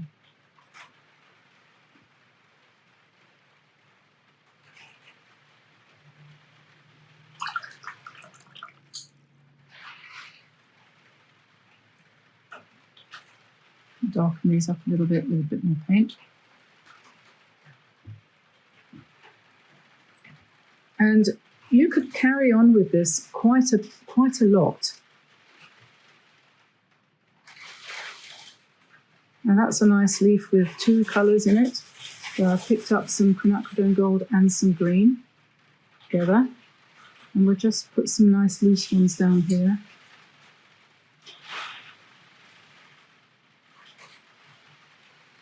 And they're not really attached to anything, but, you know, it's autumn or it's winter and they've just fallen off the tree. And then I'm going to just get some really loose paint and I'm going to put some spatter on. And we'll put some gold spatter down on this side here, just a few bits and pieces. And you could, if you wanted to, also, you could come in with some stronger darks again and just in a few places strengthen the thickness of your branches just so that it has a little bit more strength.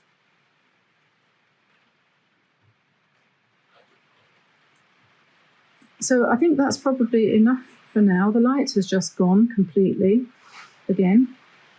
The sun's gone in, it's pouring with rain. I can't see what I'm doing. So I'm going to stop. Today for our Christmas card, I'm going to have a go at doing a Christmas cactus. And as you can see, I've been practicing here and I've got a few ideas as to how this might happen. I've never painted one of these before and not entirely sure I'm going to paint one today, but we're going to have a go at something. The paints I'm going to use today are different. This is a set by a company called VH Aquarell in Germany. They're handmade paints. They're made with honey as the binder and preservative.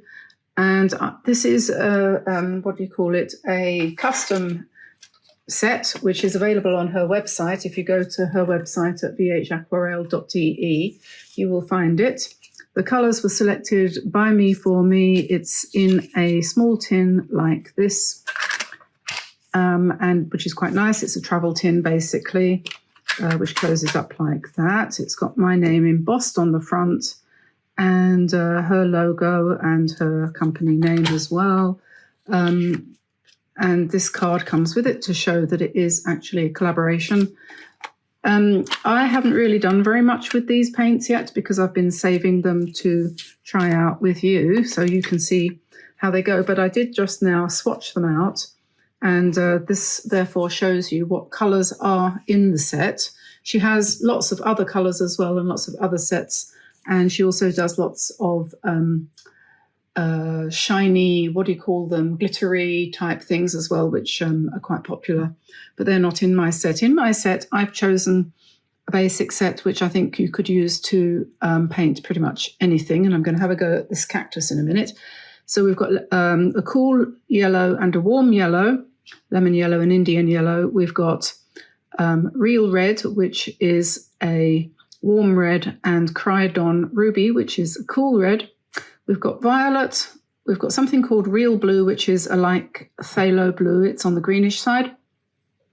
Anthraquinone blue here, which is similar to ultramarine. Then we've got the two greens, hooker's green and moss green, so a warm green and a cool green.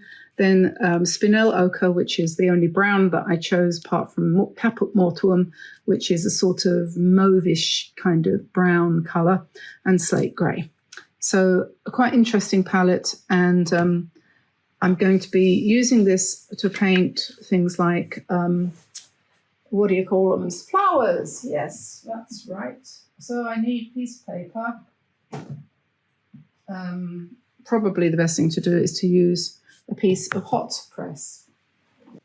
If I can find it, I think I'll use this. I'm not going to do it super big, but give myself a bit of space. I'll put that up there. And yes, now I have never owned a Christmas cactus. I'm ashamed to say I have never purchased such a thing. I don't think I have anyway. If I have, I've forgotten. So I'm going to take that out. But I did a bit of research this morning and I discovered that they come in different types. There are some which have spiky leaves and some which have not spiky leaves, sort of rounded, kind of scalloped. And so first of all, I had to make up my mind which of those I was going to try to do. Zen, could you behave, please? You're not going anywhere. It's not walk time, it's raining, as usual. So I I don't know. Let's see what happens, shall we? Really, this is just trying out these paints. So I'm going to paint some blobs because I think it seemed to me that the leaves kind of grow out. I don't know, they sort of, don't they do something a bit like this?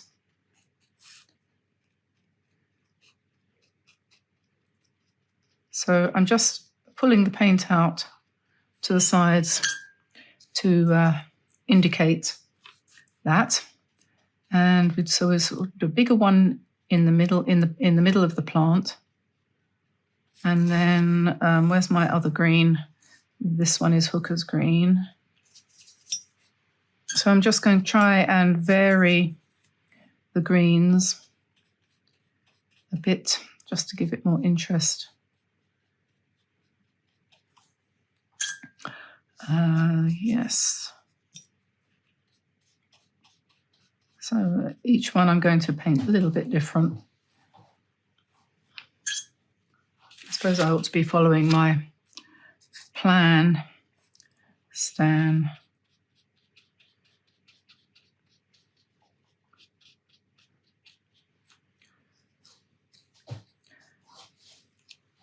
It's interesting to use a completely different paint. This couldn't be more different from the Kuretake paint that I've been using quite a lot of recently.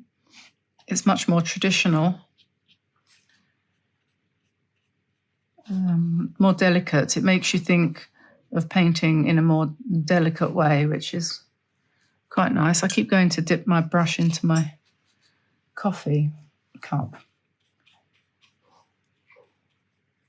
Okay, so I don't know, I think perhaps we want to add a bit more grey to this green, make it a little bit darker perhaps down here on the bottom. I seem to have opted for the spiky look leaf. I was just not sure about that.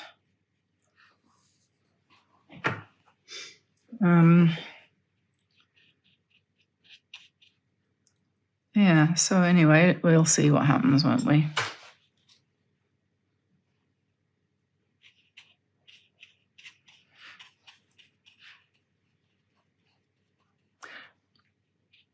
Let's put one out here too, perhaps. And then the exciting bit comes when we come to do the flowers. And this is a pretty intense pink. So I'll just pop some of that at the ends. I know that these flowers do have much more shape than I'm indicating, but you know, this is a 10-minute video, so we can't really do too much in the way of detail, can we? And I don't think they actually have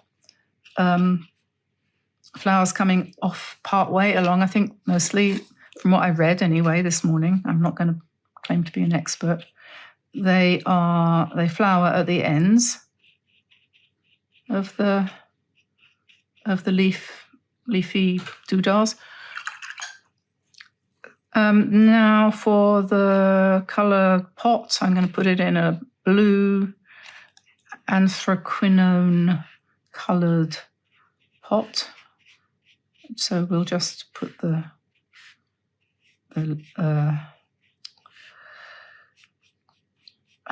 thing at the top, the part at the top, the rim, yeah, at the top, and then we'll just drag down something like this.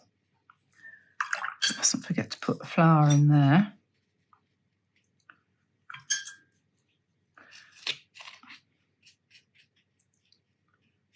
It's a completely different experience painting with the traditional paints compared to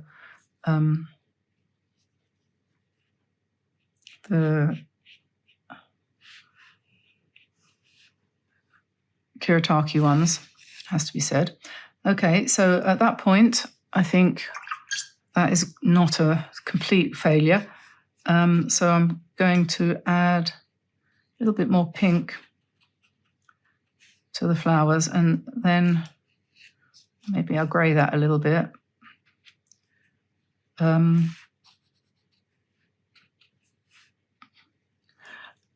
let it dry and come back. It's quite pretty actually at the moment.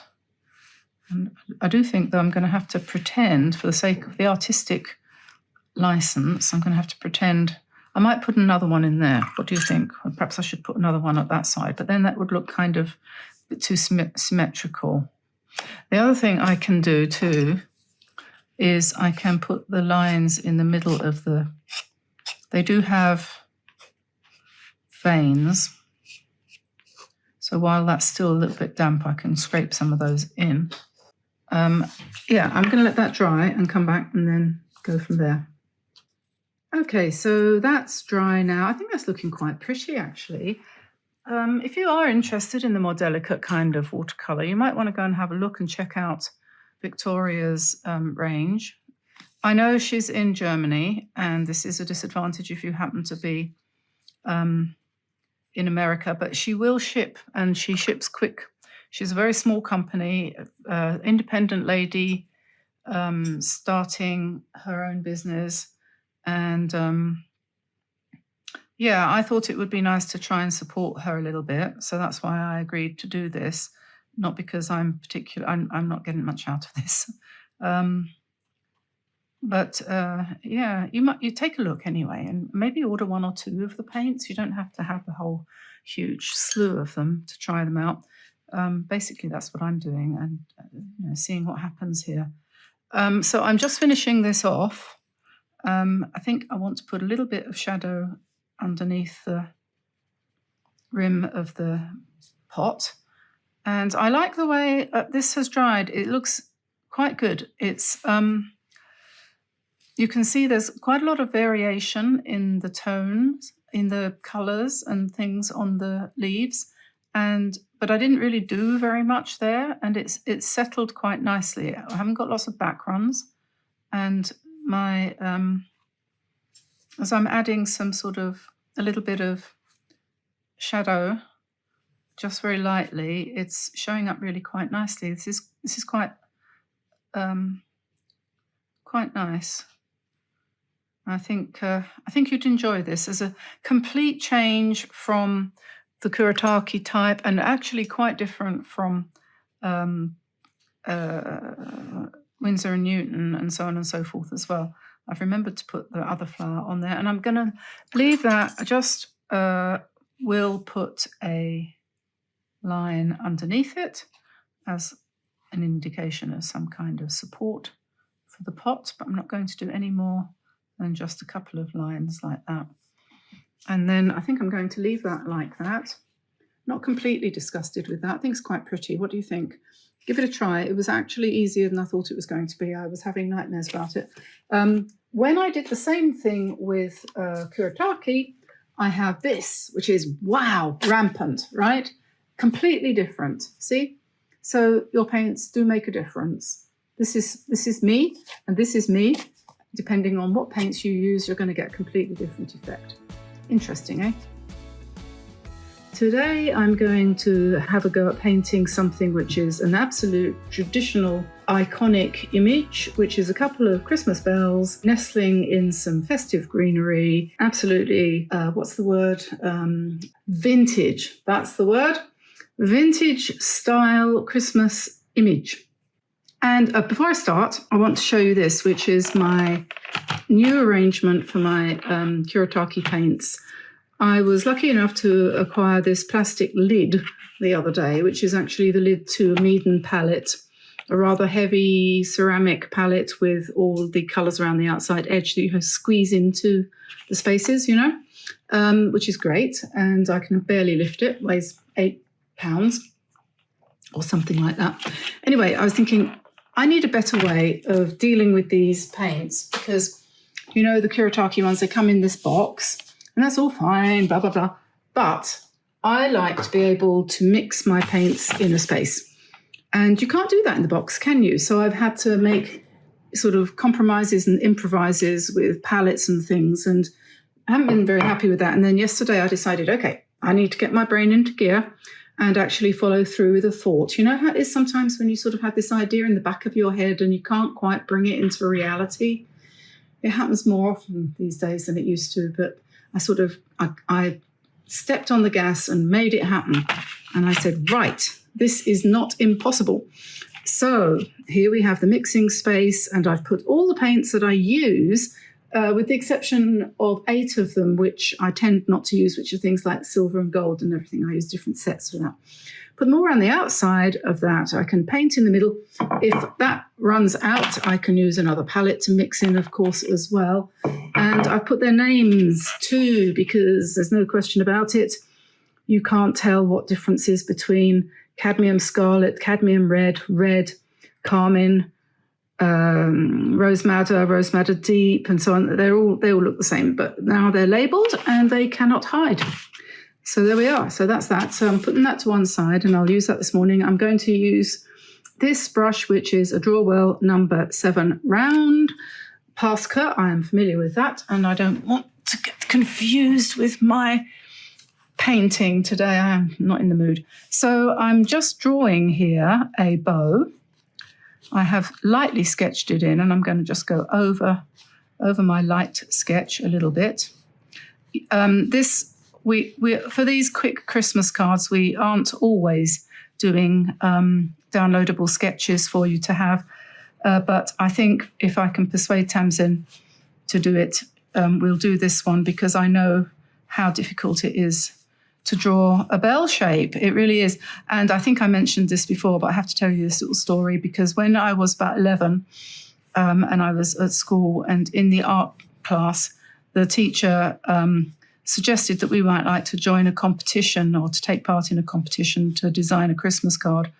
And so we were all frantically designing our own Christmas cards, and it felt like it went on for weeks and weeks. It was probably just a couple of lessons, but it felt like it went on. And I was working with a partner, and we were trying to draw 2 bells just like this, and we could not get it right. And that has always stuck in my mind as being my first artistic failure, you know. Couldn't get it right, couldn't get those bells to work. Not for the life of us could we get it to work. So I don't think we even participated in the competition in the end, or if we did, we certainly didn't win. Because they are difficult, aren't they, bells? They're a funny shape, and quite often you see bells in cards and in paintings and so on that are far from being anything like remotely accurate. Or what does accurate even mean? I mean, there are lots of different bells out there hanging from church steeples and bell towers and so on that are, you know, they can be quite different in, let's say, Italy to the way they look in, let's say, England. And I mean, have you ever been up close to a big bell? I haven't. I've only ever seen them in pictures. Anyway, so first of all, I am putting in some, I put in some baubles, and they are hanging from branches which have yet to acquire their needles, pine needles, and I'm going to put in some holly. So we've got some holly. Don't be afraid of just sticking your leaves growing out of the side of the bell or whatever. It'll look okay in the end. It looks a bit weird at this point, but it's okay. And then, okay, so I'm not going to draw in all the because that will look silly. So I think that's basically it. So let's get started with the painting. I know that's the boring bit, isn't it? Watching me draw. Okay, so let me see. What should we do for a colour scheme? Shall I start with the bells first and paint them in yellow? So, yeah, we're using Kuretake, and this is a mixture of lemon yellow and cadmium yellow here. Let's start with that.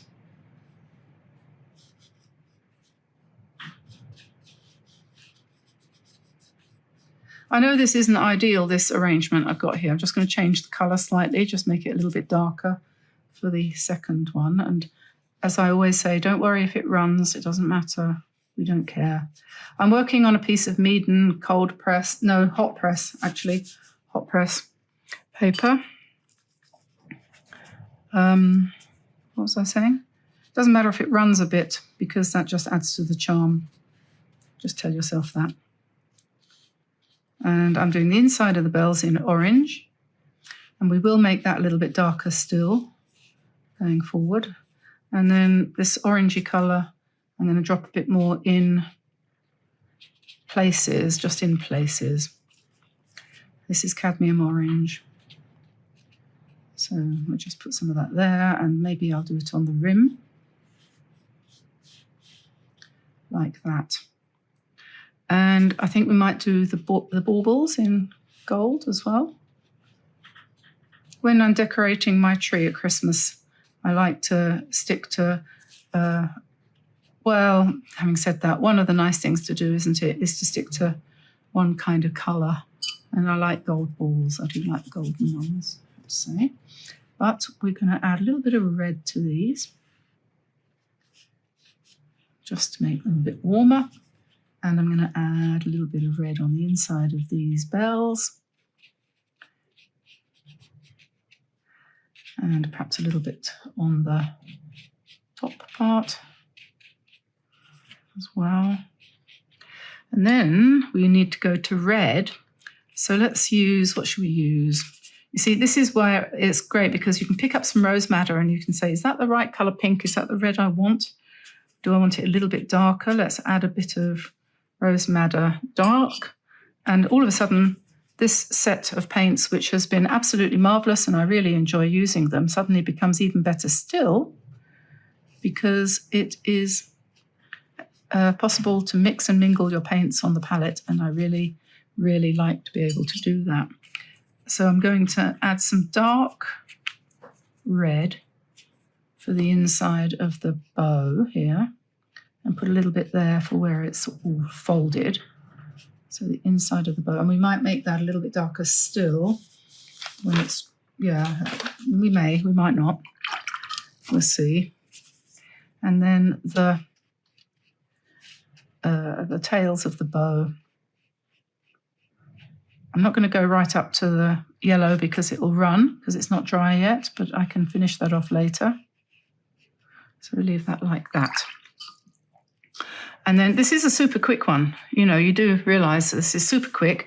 You wouldn't normally paint quite this fast, probably, if you were taking your time, because it's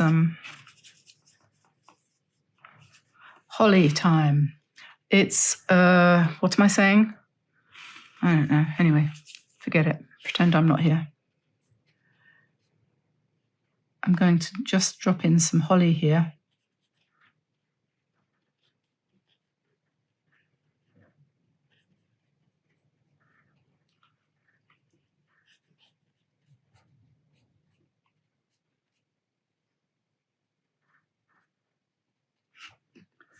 A little bit of holly.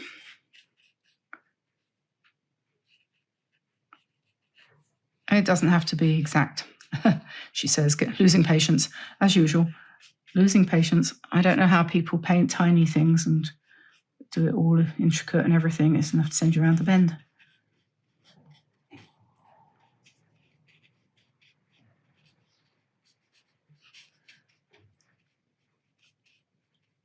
I think when I'm dead and buried and they put a tombstone up for me and it'll say on it, she lived life with a broad brush. I think that's what I want to have on my grave.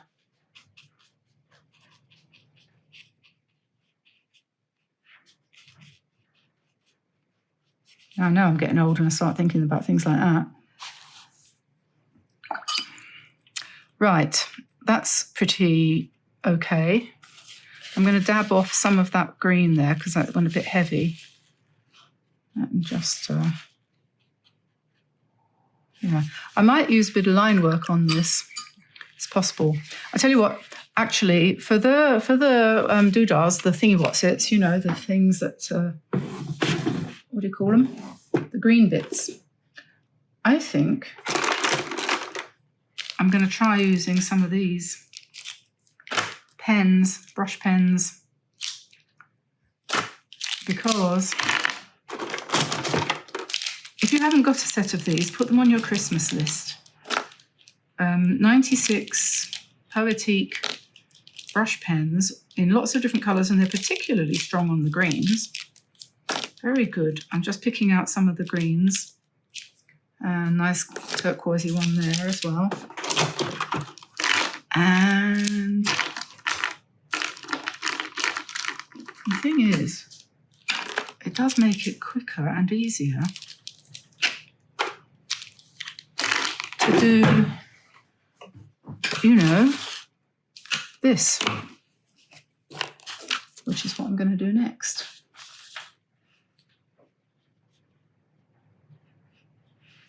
Put a line in for the stem, and then, oh yes, oh yes.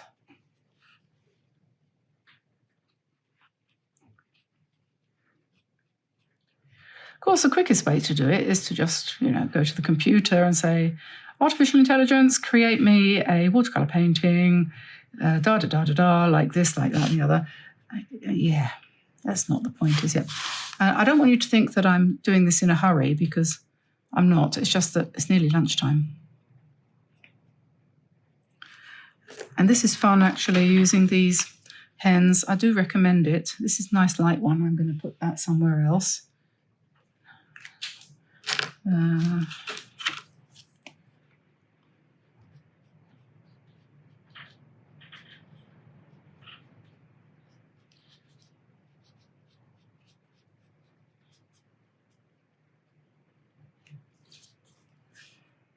And you can put the veins in.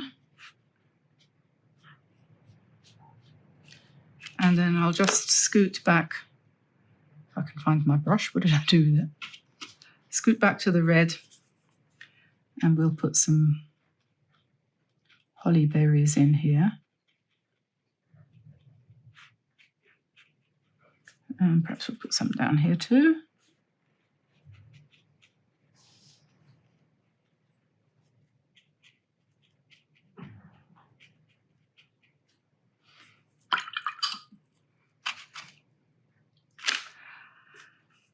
And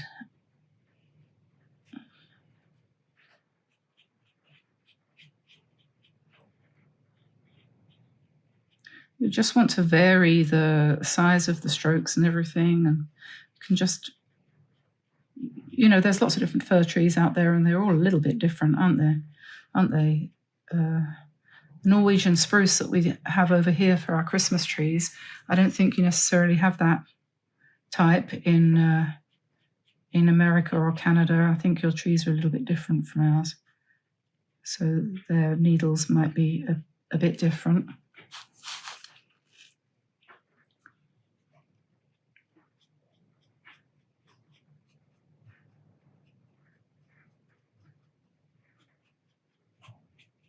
Remember when we went to live in Canada and we went looking for Christmas trees and we hardly recognized them. Beautiful though, big, huge. Here they tend to be a little bit kind of feek and weeble, they're kind of hairless, typical like the French. No, don't say anything about the French. Don't mention the French. I love the French, they're wonderful.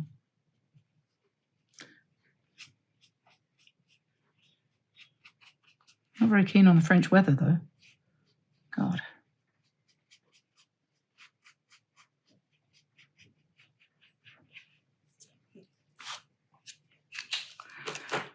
Yep, these work really well. They do, yes.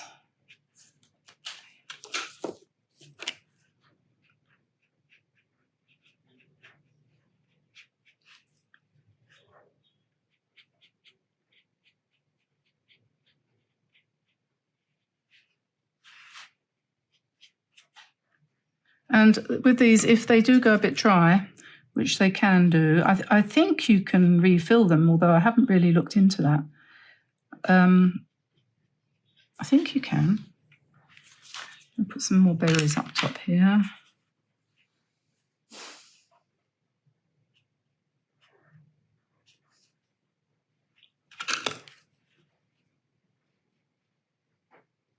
You can dip them in water. I was going to say you can dip them in water to liven them up a little bit more.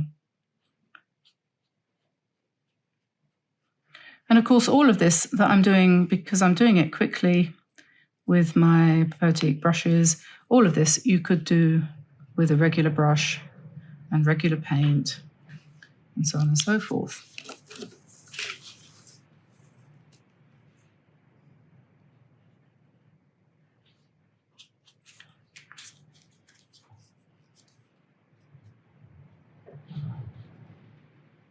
Can you hear the wind out there?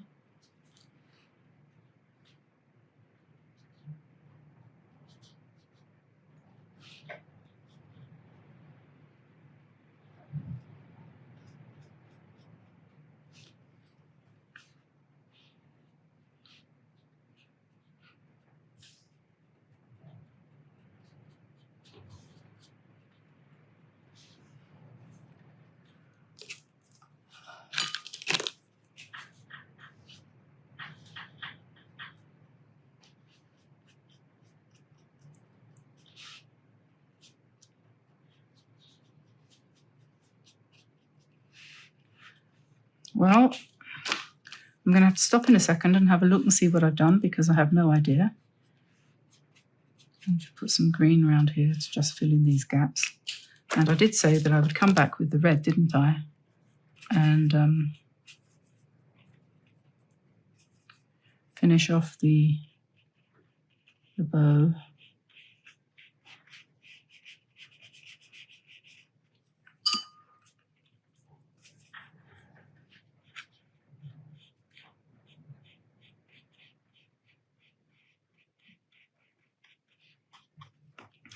And we need a little bit of darker red on the inside of the bow here and here, I think. Might want to add a bit of black to it to make it even darker.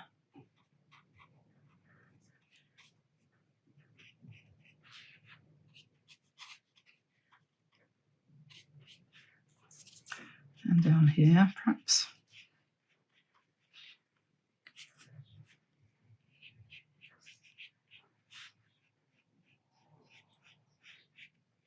Put in some of those white bits. You let that dry. It'll look better when it's dry. You know that. We have established that, haven't we? And let's put a little bit more yellow on here to give it a bit more shape. And I think we've got quite a long way to go yet, actually. We're not done yet. The clapper, I believe that's called. The thing that makes the bell go ring. And then we put a little bit more shadow around the rim there.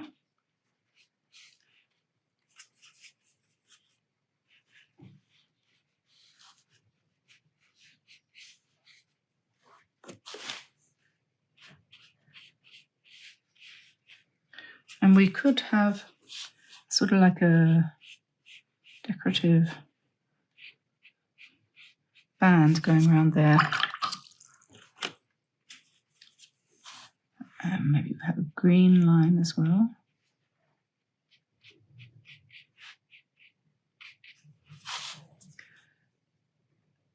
Okay.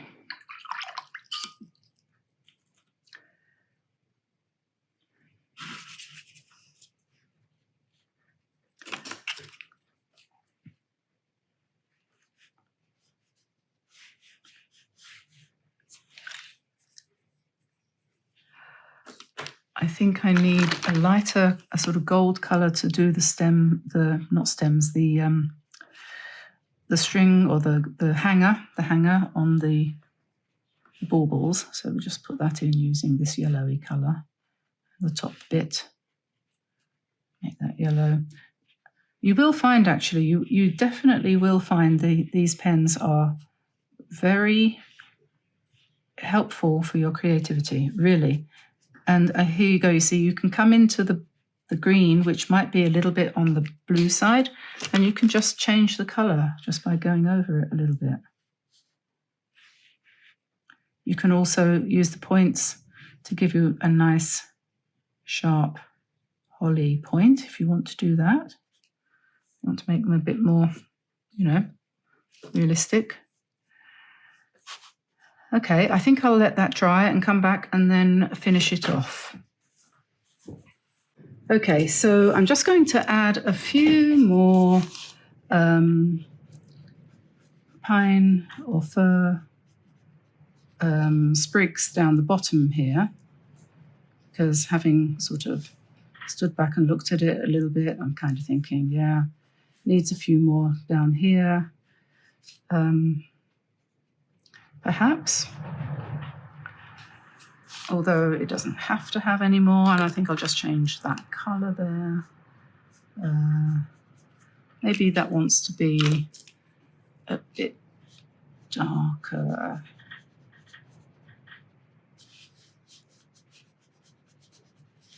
And we'll just kind of, you know, just put the background in there a little bit behind the bell. And maybe make this a little bit darker because it's behind again the bell. Maybe here as well, a few strokes. Just to give it a little bit more shape, you know.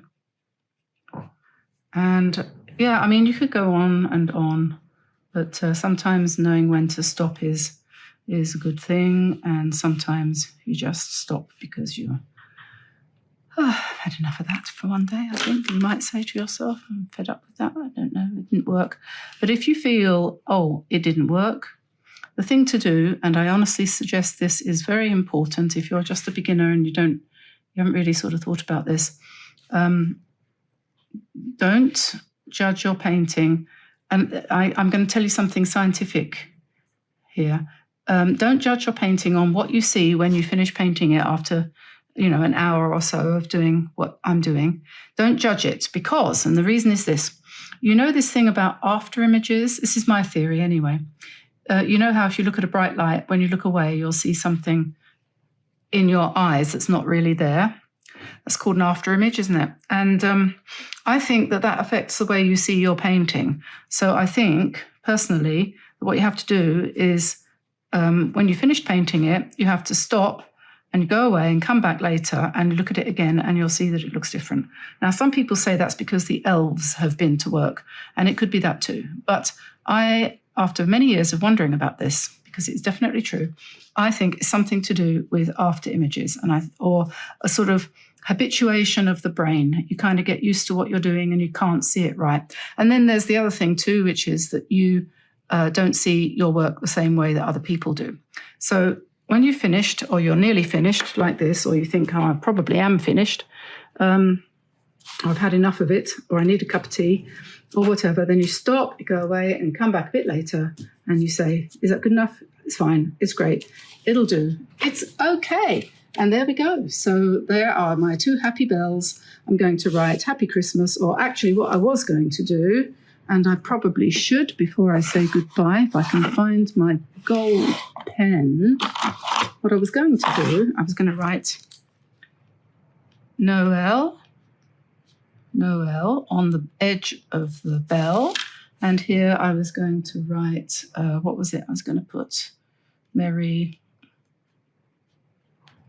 Christmas, just to give it a little bit of, and then that's the other thing also, you could come in onto your bells with a pen and just do some little kind of embellishments just to play around and make it more fun. That's what it's all about, isn't it? I think. Yep. Okay then.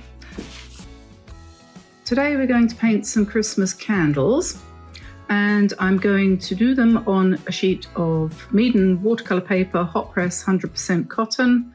Great paper, not too expensive, 10% off if you buy it using the code Diane10 when you go to their website. Highly recommend this paper. Comes in hot press, cold press and rough, and in 3 different sizes. Can't say fairer than that. I'm finding this to be quite an amenable sort of surface to work on. So, recommended. Okay, so what I'm going to do today is I'm going to do some funky doodle candles, something like that. And I've got a pencil here, which is just a 3B, which is looks like an American one, Sanford. I think that's American, isn't it? Don't know where that came from. And I'm just going to very quickly sketch basically 3 rectangles, and it doesn't matter what they look like. Any 3 rectangles will do. They don't have to have straight sides because there are no rules in painting anymore. They don't have to all be sitting on a level with one another because there are no rules in painting anymore. And I think I might have one tall one like that, and one medium like this, and one, try not to make it thinner at the bottom, that's a bit ridiculous.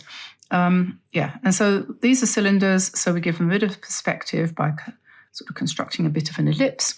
And then we're going to put some nice, fantastic flames, bigger than they usually are, in the middle there. And then what I'm going to do is paint around the whole thing in a nice dark colour.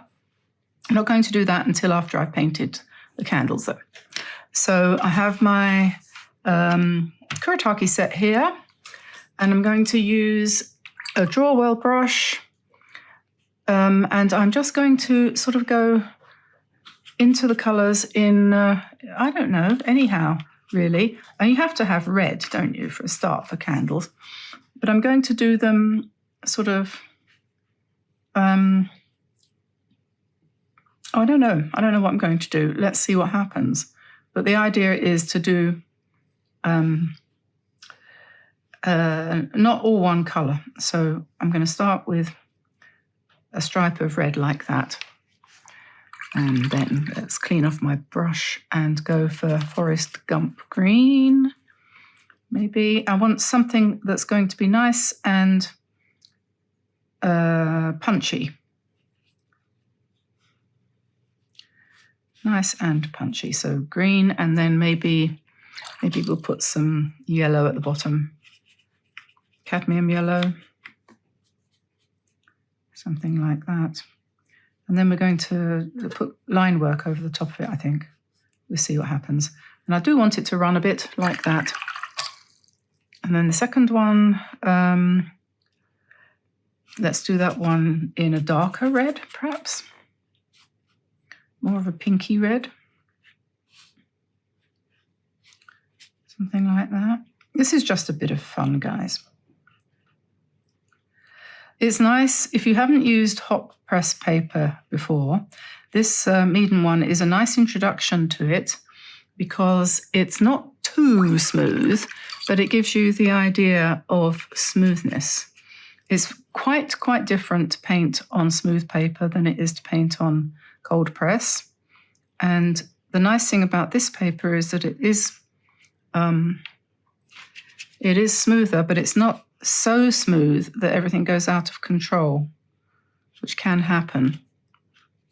So I've put 3 different greens on there. And obviously it's been a bit hot in the house where this candle was living because it's kind of melted a bit. Then I'm going to put some yellow here, and I'm starting with lemon yellow. I know these aren't going to be realistic candle flames, but they're going to start off with yellow like this. Then I'll put some orange in. This is cadmium yellow and a bit of cadmium orange.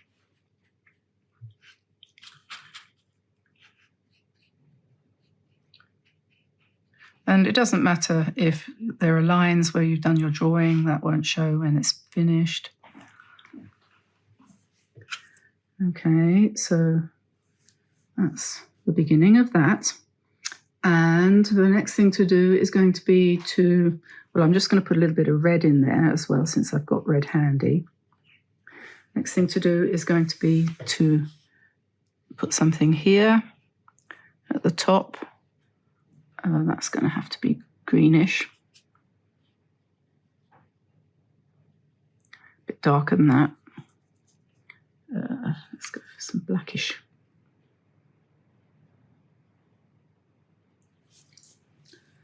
There we go. Now I'm going to let that dry. And then when that's dry, I'm going to paint in the background. And I just wanted to mention, I talked about this in previous video, but I'm going to say it again. This is my new arrangement for my Kuretake paints. Same paints, I've taken them out of the box. This is the box they come in, isn't it? I know quite a lot of people have got them. So this is the box that they came in. And I've been using them there in their normal place for quite a while. And I have enjoyed using them tremendously because I think they're great paints. And what I've been doing is putting them in here, so taking out the few that I was going to use and using this as the palette in the mixing area. But that has begun to irritate me a little bit. So what I've done, this is the lid to a Meaden Studio palette. It's the lid, and what I've done is taken that off of the palette, and then I've used some blue tack to hold these in place around the outside edges. And all the ones that I normally use, ones I use frequently, they all fit in there nicely. And the great thing is that now, when I want to pick up a colour, I can go into the paint and I can try it out here so that I know that that's purple and not what I thought it was, which was blue. So, and then I can do the mixing here and everything else. I'm going to find that easier. So it's just a thought. If you happen to have one of these or any kind of tray like that that you could fit them into, you can take them out of your box, especially as the box starts to get a bit old and a bit tatty. So now I'm going to just find myself a slightly bigger brush. Let's find this is a number 14. This could be one of my Craft Demo brushes, but I don't want to completely switch over to those ones because I like my Drawwell brushes as well. So I'm going to pick up some indigo. This is indigo. And then I'm going to sit down. Hopefully the cat's not on my chair. And then I'm going to do the background and hope that it looks good. It won't matter if it runs a little bit, but I will try to keep away a little bit from the flame.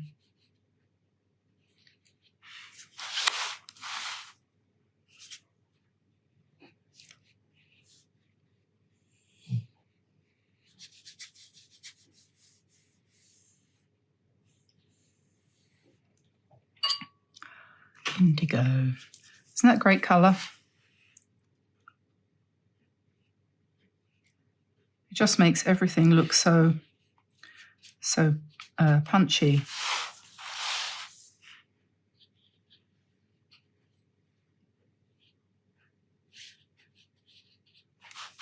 It's just a bit of fun.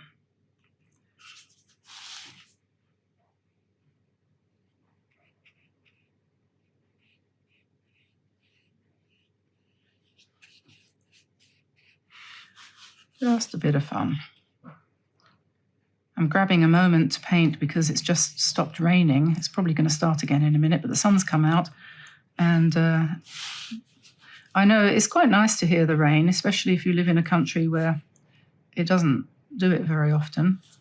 Can't imagine what that would be like. But it does interfere a little bit with the sound on the video, so it's best if we don't film while it's pouring.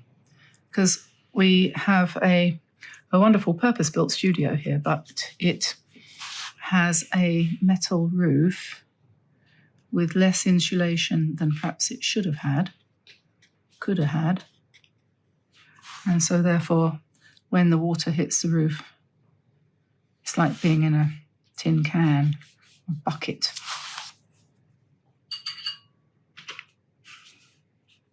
As you will have noticed.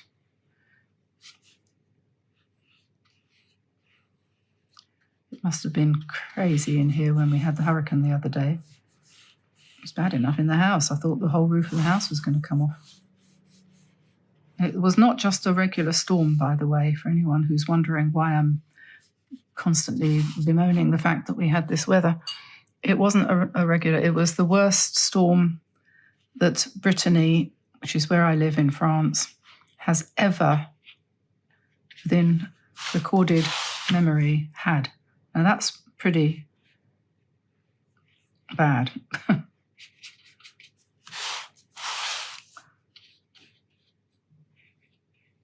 Right. Okie dokie. So I'm going to have to just quickly dab in there to get that blue off that's running. I knew I should have dried it really, but it doesn't matter because we can paint over the top of that. Just lift it out.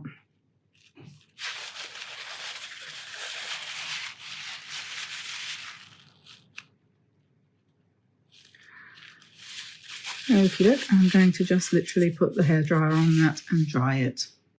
Okay, now that's dry, and so what I'm going to do next is I'm going to grab a white gel pen or anything you like really, and we'll do a little bit of background doodling. Can you hear the cockerel? So let's have a few kind of, you know, stars, little stars.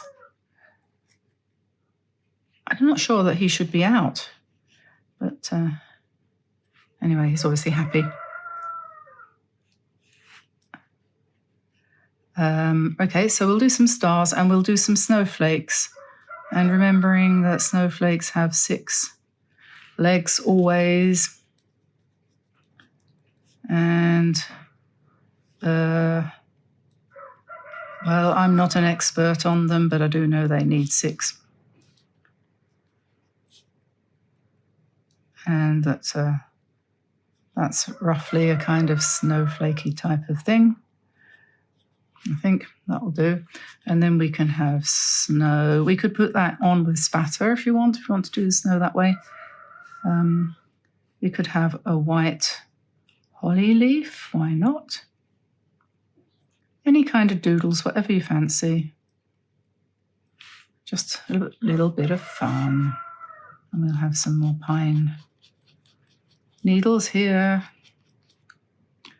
And they always look best wherever it's darkest, which is one of the reasons for having nice dark background. It stands out quite well. So we'll do that, and let's have another one of these down here.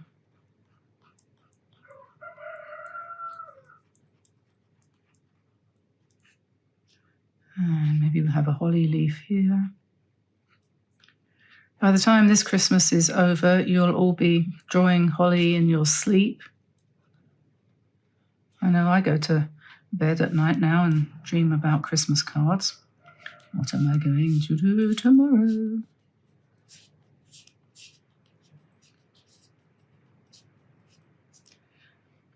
Okay, another star there. Okay, now I'm going to take my gold pen, which is a similar thing. This one's a Pentel, I think, because, well, no, Uniball. This is a Uniball Signo. And we'll put some spirals, because they're the sign of peace, apparently. Found this out recently. And then I'm going to go around the outside of my flame with this gold. So that's why I said it didn't matter, because doesn't. There we are, and then we'll come down the candle as well, filling in that gap with gold. Why, you might say? Why are you doing that? Well, I don't know, I just wanted to. Okay, and let's have a flower here. And a holly leaf here. And a pine here, and obviously you can do whatever you want. I'm going to put some stripes here, just like this, and some circles.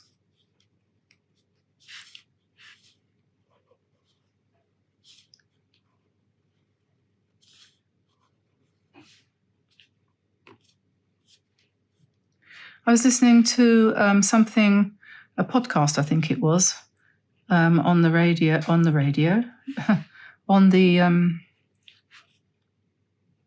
YouTube, I think, yesterday.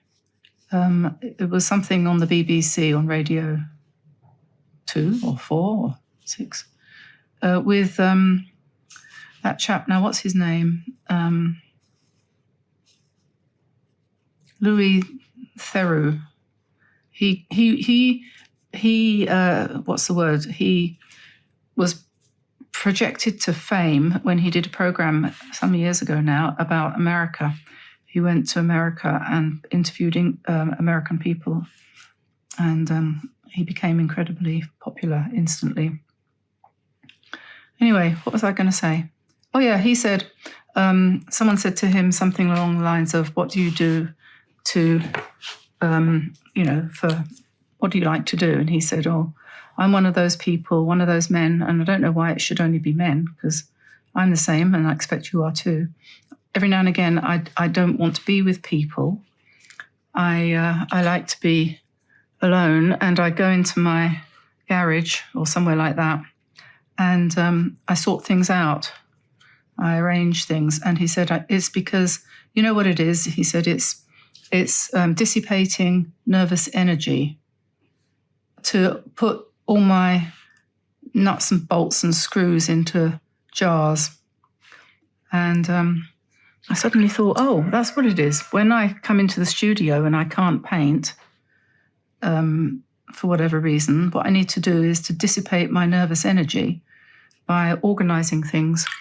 So that's what I've spent the first 3 hours of today doing, dissipating my nervous energy, and now I'm ready to paint, and this is what's happening. So I'm not sure whether it was a success or not, but anyway, there we go. Thank you, Louis. One of our cats is called Louis. Yes, he's mad as a hatter as well.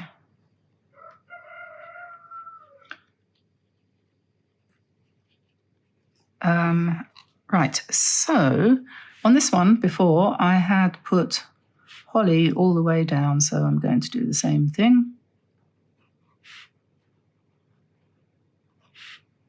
Like that. This is going to be more than 15 minutes, and it doesn't warrant it, really. But there we are. Can't do much about that. I'm going to put some berries.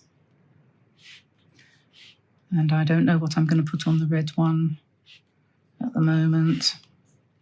What am I going to put on the red one? It's very important, isn't it, the red one? Okay, let's just put some sprigs of nice berries like this. And some leaves, maybe, sort of like mistletoe. Yeah, something like that.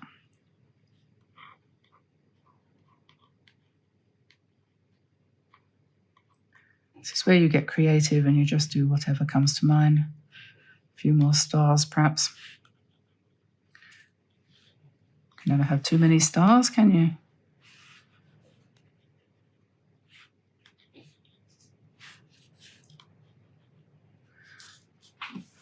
Right then, I think that's probably about it. We could put some white inside here, for example, just to liven that up a little bit.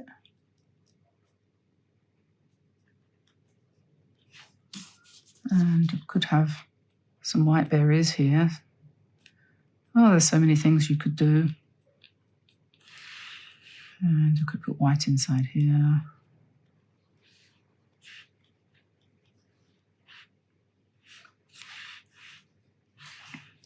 Probably could do with a few birds, actually, but there's no space. So we'll call it a day.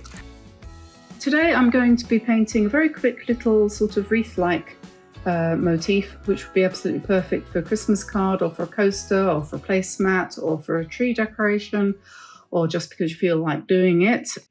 As usual, the Meaden paper, watercolor hot press, which I'm quite liking at the moment.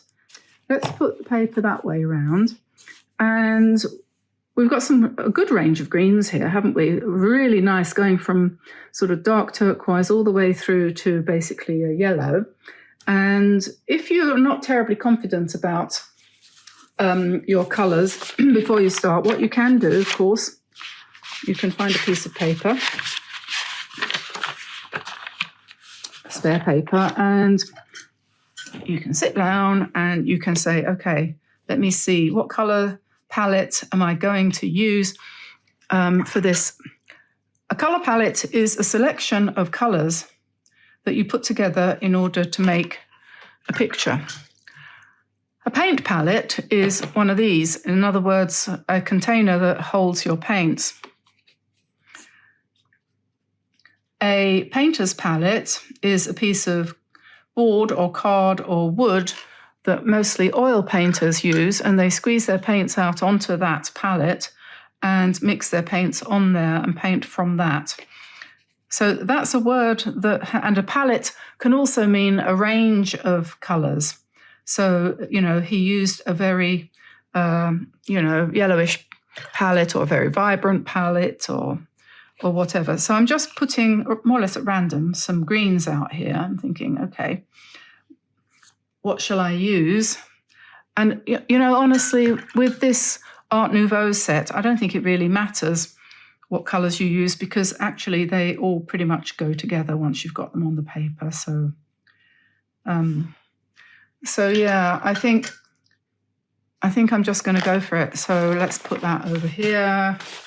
And something I think which is a good idea, and I decided to do this recently, is to start, let's say you can start with your berries. So pick up some reds and pinks, and you can just sort of mix different reds and pinks together and let them bleed a little bit, and a little bit of mauve perhaps as well, maybe. And just pop them in around the circle that you're going to paint and let them run. Don't be too finicky about it. And maybe we'll put them in 2 or 3 different places. Let's have a bit of pink here. And a couple more down here. And then what I'll do is I'm going to join the whole thing up with the leaves. So then I think probably best to start with the lighter colours first. And let's put in a stem and some leaves like that, and then maybe we'll change the colour a little bit.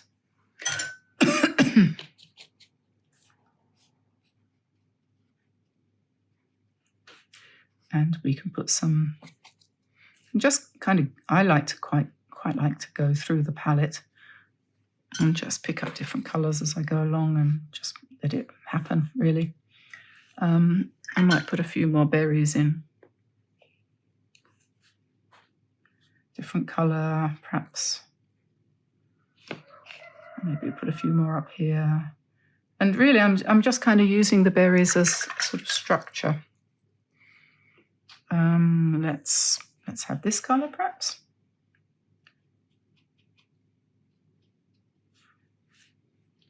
And you could use a dark green, and you could just pop in some darker berries, like that, maybe, if you wanted to. And we'll put some more needles here. Just do whatever floats your particular boat. Some small leaves, some big ones, some darker ones, some lighter ones. And, if you come into the middle a little bit, because it's going to be more interesting if you do that, you could do what I call empty leaves like that if you want, which is quite fun. And just build it up as you go along, just whatever comes to mind. It's best not to plan. I don't know what it is about us, but, I don't know if you remember I was telling you all about the dog that was being, badly treated over the road. And in the end, the people I basically, I kidnapped him, I have to say. I did. I got so sick to death of seeing him tied up outside in the rain and in the cold. And so 2 years ago, after having talked to her and tried to get her to see sense, I just stole him. And I don't care who knows it. I took him and he lives with me now. He's sitting at my feet right now. He's been with us for nearly 2 years. His name's Zen. And anyway, they moved out after a little while and they've gone. But now the person that lives in that house, which is falling down, I might say, and the storm didn't help, he's got, believe it or not, in his barn, which has no roof because it just blew off in the storm, and it's wet and muddy and filthy and disgusting and horrible, he's got a little piglet in there. And it breaks my heart. I can't stand it. And so anyway, I've started to go over and feed him the piglet. I don't even know if it is a boy. It could be a girl. I don't know. I just assumed it was a boy. I've started to go over, and I never see the neighbour. I'm going to try and find him and see if I can talk to him, but I'm half afraid to talk to him because if I say to him, "Do you mind if I feed your pig?" he'll almost certainly say no. And yet the poor little thing is there. There's a couple of hens tied up, not tied up, but in there as well. And I can't stand it. I would sooner that they killed him, the pig, rather than let him suffer like that in the mud and the cold and the damp and everything. It's just appalling. And I don't know what to do about it, really. I can't really kidnap him because, we're not set up for pigs. And I don't know anything about them. I don't know. Anyway, this is going quite well. And what I'm going to do now is let it dry. And, actually, as I stand up and look at it, I can see that it needs a couple more leaves over this side. So that's what you need to do, really. When you've got to a certain point, stop, dry it, and then come back in and do any corrections and anything that you feel that you want to do next. Okay, so that's now dry, and what we could do at this point is it might be nice to use a small brush because it's a relatively small painting, and a small sort of detail brush, really, I suppose, and maybe come in with some dark green, and you can see how handy it is now to be able to mix paints on the side there, and we can put in some details. That is to say, some veins in the leaves and whatever you feel is appropriate. So let me see.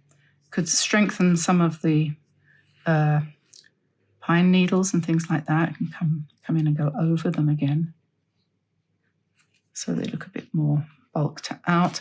It's all a matter of taste, really. And this is perfectly adequate the way it is. You don't need to do anything else if you're just looking for a really quick card or something like that. And, there's always the danger of spoiling it if you do too much, but it's not really likely to happen, is it? So just some sort of dark specks and things. And, I tell you what else we could do. We could make the berries a little bit darker. If we do a little bit of, let me see, how can we make this colour darker? I suppose, probably, to be honest, what I want is a bit of black. So I might have to go to my other set quickly and pick up a bit of black. Black. Where is the black? There it is. I can pop that down there and then add a little bit of red.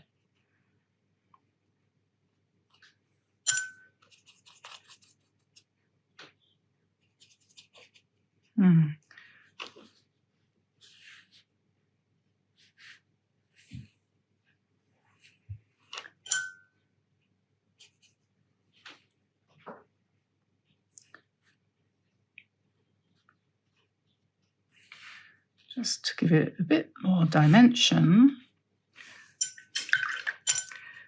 And then maybe some really quite dark berries, which we can pop into spaces like this. And that can really make the whole thing sort of pop, as we say. And you don't really necessarily notice what you've done, but it just works. Makes it more lively, that's the word. And a bit more dark green, a bit of the black. And I think we need some more pine leaves over here. I haven't put anything complicated in it, like pine cones or anything like that. Just, you can definitely use this as like a background and then just go over the top with your needles like that and leave some of the light underneath.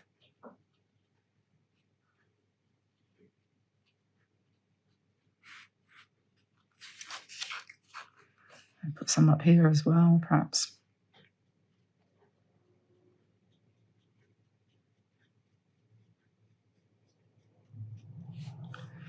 I think that'll do. Don't want to go on forever and ever, boring you to tears. And then writing, you might want to practice something on another piece of paper. You know, that's what I did a minute ago. And let's see if I can do it again.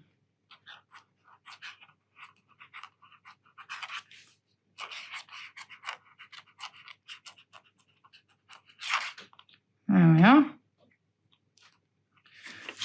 That was a bit awkward because I was holding the pen right at the end, but I can, because I didn't want to blur it. So there we are. Merry Christmas.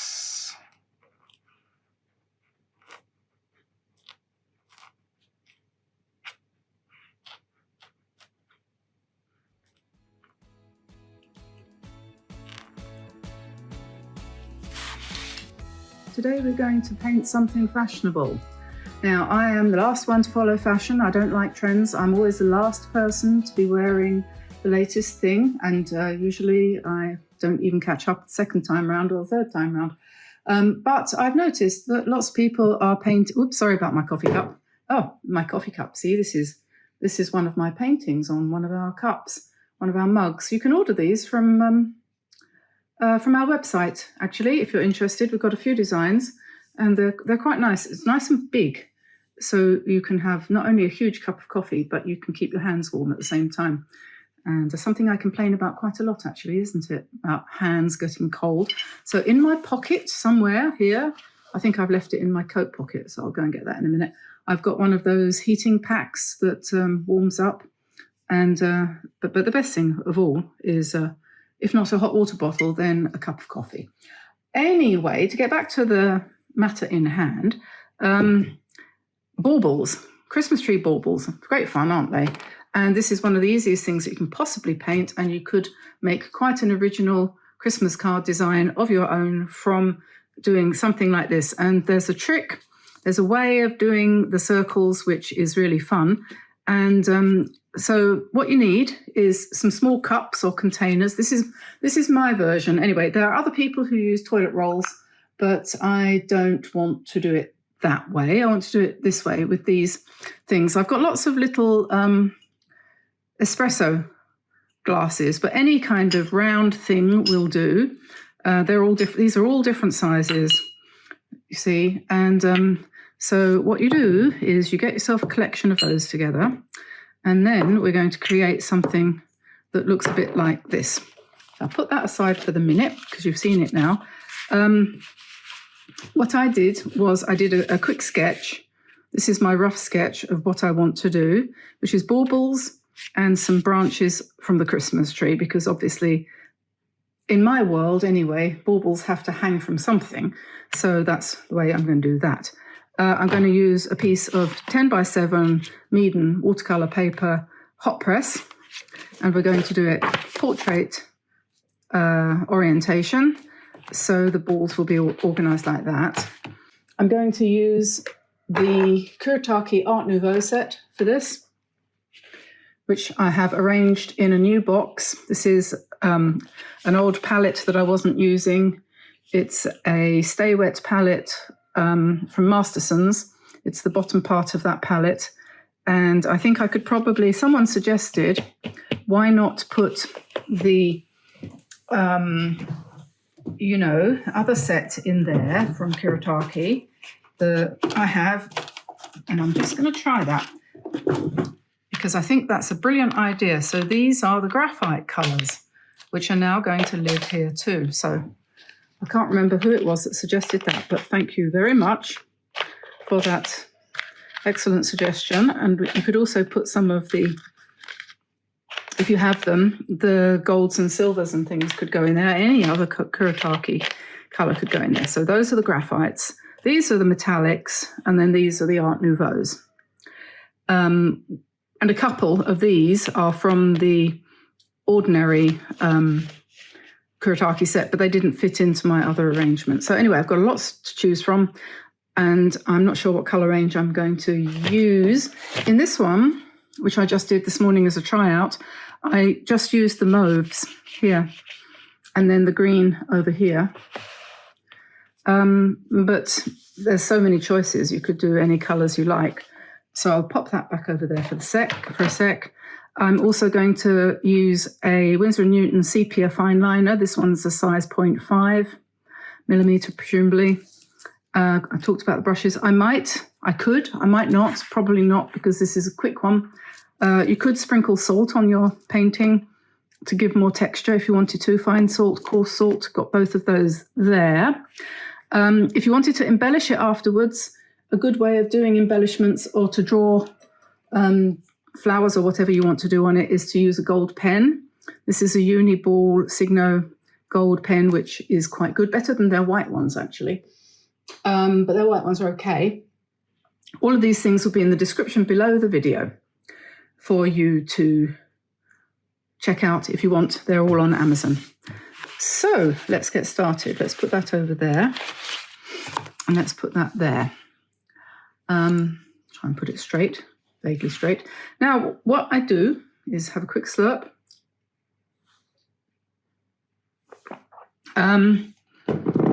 Is make some space for the paints.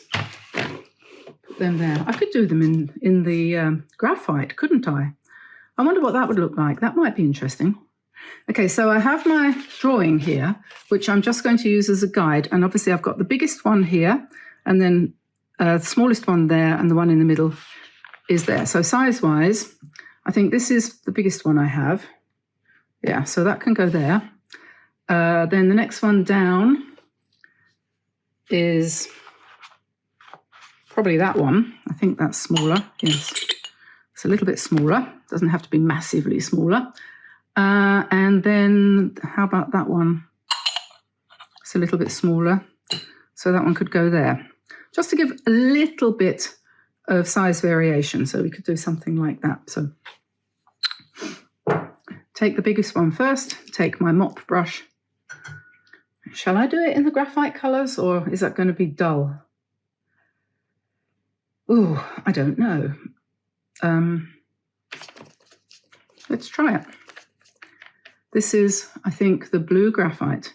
So I'm just going to mix up some of that.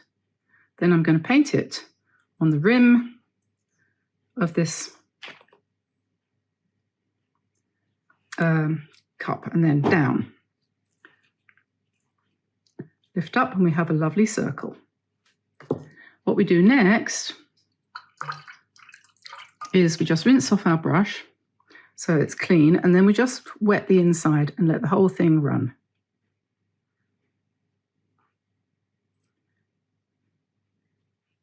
Don't play with it too much, just leave it.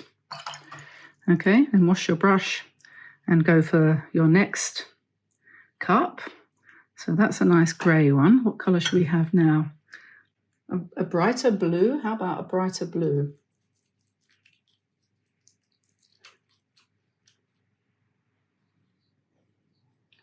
This is turquoise blue, and this is actually from the main Kuretake set.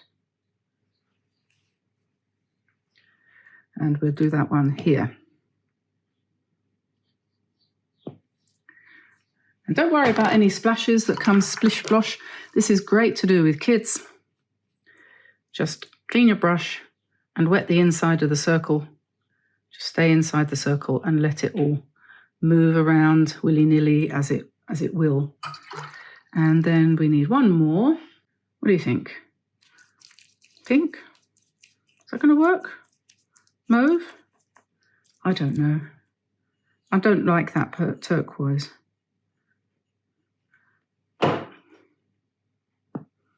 There we go.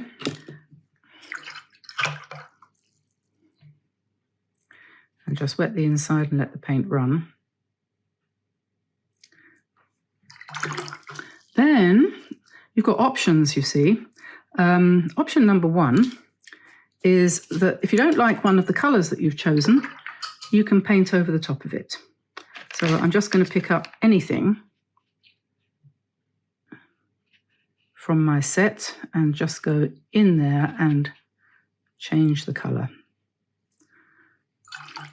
Then I'm going to take this, oh wait a minute, no, not yet. Then I'm making this up as I go along. I'm going to take a tissue and I'm going to lift out highlights. Okay, and that will still continue to bleed in. And if you've got too much paint in some areas, just lift it out. Okay, so we'll just leave that because that'll be fine. Then I'm going to just get a piece of paper towel and wipe round and inside my cup. And this is that one, wasn't it? And then we're going to make it and colour it again. What did I do with my brush? Okay. With gold. So I have somewhere here some gold. See that here. This is Kuretake gold. So we'll smush that up and then paint that on there quite generously. Doesn't matter if it runs. And then stamp on top. So now we have gold. And we can pick up a little bit more water and then wet that and let that run. This is just good, clean fun. I'm as happy as a pig in muck. And I know all about pigs in muck because I've just been over to feed our neighbour's pig. I had a word with him yesterday and I asked him if it was okay if I fed his pig, and he said, yes, until I eat him, you're welcome. So I'm feeding him because I don't want him to suffer. So another one has gold on it. And this one is next. There we go. And we'll just pick up some water. Let that bleed in a bit. And this one too. Plenty of gold. Let that do its thing. Okie dokie. And you can, like I said, you could sprinkle a bit of salt into the damp paint if you want. I didn't do this on the trial ones, but that will give us lots of interesting texture if we let that dry. And while it's drying, we can get on with the other part, which is the Christmas tree leaves. Okay, and we can just soften those edges there a bit if you want to. Pick up some of the excess surplus paint.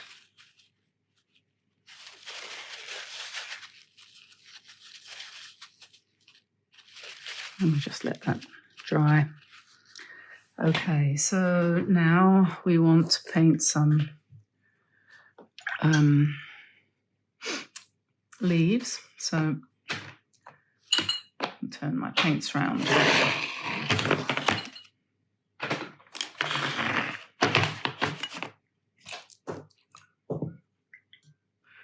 This colour, forest green, I think this one is quite good.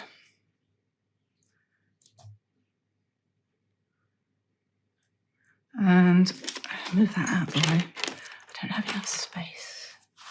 So we just put in a thin branch and then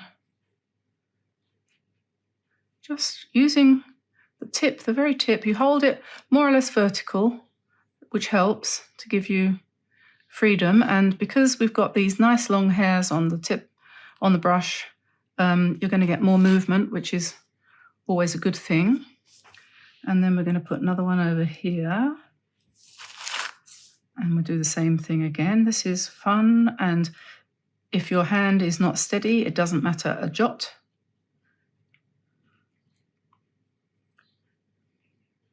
So we just put in one layer first of all. This will dry a little bit lighter than it is at the moment.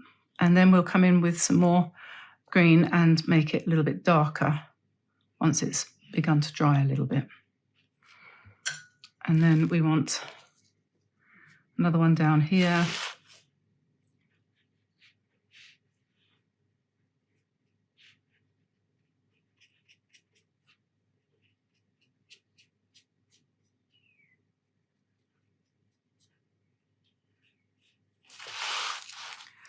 And maybe another one here. This won't necessarily have anything attached to it.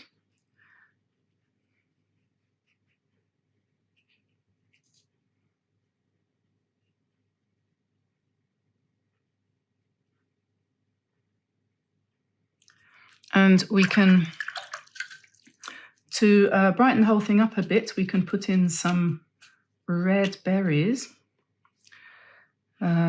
Just at random. I don't think I want to particularly be botanically correct. Just put them where you feel maybe they are needed.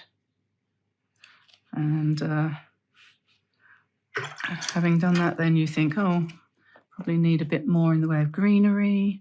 And this is how, well, I don't know if it's how you, but it's certainly how I grow a painting, is by doing something and then thinking, yeah, now I've done that, I need to do this, you know? Don't be stuck on a particular design. It's the last thing you want to do. You want to just let it grow like the pig. Oops. Now I really have literally rinsed my brush in my coffee cup. I have literally done that. Okay, I won't be drinking that. Now I'm going to paint in the attachment at the top, the little cap thing that holds the string, just using gold. And there are literally, I don't know how many millions of different ideas that you can explore from here that you could do. One idea is to use this pen and to do some lovely scritchy scratchy. I like doing this, scritchy scratchy. You can keep the pen working. I might have to dry everything and come back in a second because I think I will kill that pen. So I'm just going to put the hairdryer on. So now this next stage is I've dried it and I've rubbed off all the salt, and that's left me with this wonderful texture, as you can see here. It's really quite exciting what's happened here. And now with the fine liner, the green sepia colour, I'm going to basically enhance the shape by going round the outside edge in a kind of loose way. So not trying too hard to keep to the lines and allowing things to just, because you've got your basic circle. So now you can just let your hand do what it wants to do. And that just gives it a little bit more interest. And I don't know what your Christmas baubles tops are like, but this is a bit like what I've got. Good enough, good enough. And we go around this one on the outside as well. There's about a million things, like I said, that you could do here. But this is what you could call a semi-abstract rendition of Christmas balls. It's not realistic, really. It's just interesting to do and fun. So that's what we're doing, having fun. And put some more lines in there. And you've got your connecting string going down here. Connecting. I always use bent paper clips to hold my balls on the tree. So we've done that. You can, if you want, come in with gold and you can do some enhancements. You could put dots and circles and anything you like. You could put, to give them more of an effect of being spherical, you could put lines and things. You could put lines going this way. You might not want to spoil your beautiful texture, but you can if you want, obviously. Not spoil it, I mean, but you can embellish.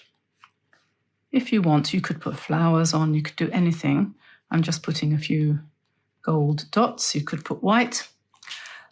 And then now I'm just going to finish off the tree leaves and get some more dark green, quite thick. If I mix that up with quite a small amount of water, and then we can go over the top of what we did before with this darker colour, and that gives you more contrast. Contrast is key. Light and dark in your painting will make it more lively, if that's what you want.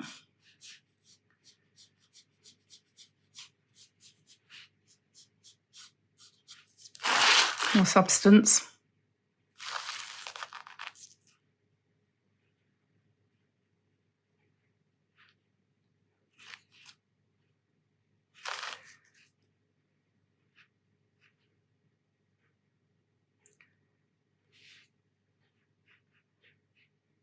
If you were doing this smaller, you might want to use one of the smaller brushes. And I'm going to finish off this painting by doing some spatter on it, because spatter is fun. I think I might try to avoid putting my brush in my coffee cup again. I'll do another one down here.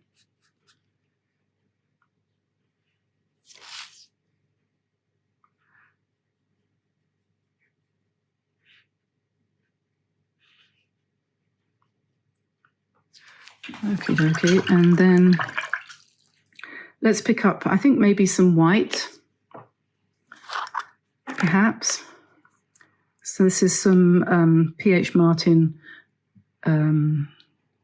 bleed-proof white, and I'm just going to make a fairly loose mix of that and then just tap it on as snow, like this. Plenty of snow. And I think we're very nearly done. Lots of snow, nice lot of snow, because it's fun to do. And when it's dry, it will look quite good. And if you wanted to, you can put more gold in the background and so on. You can add more snow to the branches if you want to. You can make them a little bit more snowy just by going over the top here, if you like. Don't have to do that. You can add yet more snowflakes. But I think really that's probably good enough. Today I'm going to paint a Christmas star, like this one. This is my test one that I did this morning. And what I'm going to use today in the way of materials is a sheet of Meaden hot press 100% cotton watercolor paper, size 10 by 7. I'm not going to do it that size. I'm going to do it, I fit it onto there like that, because I think that's big enough. Could do it smaller too. So it's just up to you. It's probably easier to do it a little bit larger. I'm going to use my Kuretake paints. And for anyone who's interested, one of the reasons why I use Kuretake for my videos is because I don't know quite why it is, but there's something about the constitution of them, and they photograph very well. They're very, very good for digitalization, if that's a word, digitization. And I know a lot of designers and people who do work that's going to be manipulated using Procreate or not Photoshop, that's it, Photoshop or Illustrator or whatever. I don't do that. But anyway, that's the reason, one of the reasons. And another thing, actually, while I'm talking about the Kuretake colours, somebody the other day asked, I've seen that there's a warning on Amazon that they're toxic. And so I contacted Kuretake and asked them, and they came back to me and they said, no, that's actually not true. There's a mild, very, very, very slight danger of toxicity for the people who prepare the paints, but in normal use there is no toxicity, and they're in conversation with Amazon about the notice that's been put up because they didn't put that notice up and they consider it to be wrong. So I'm going to take their word for it.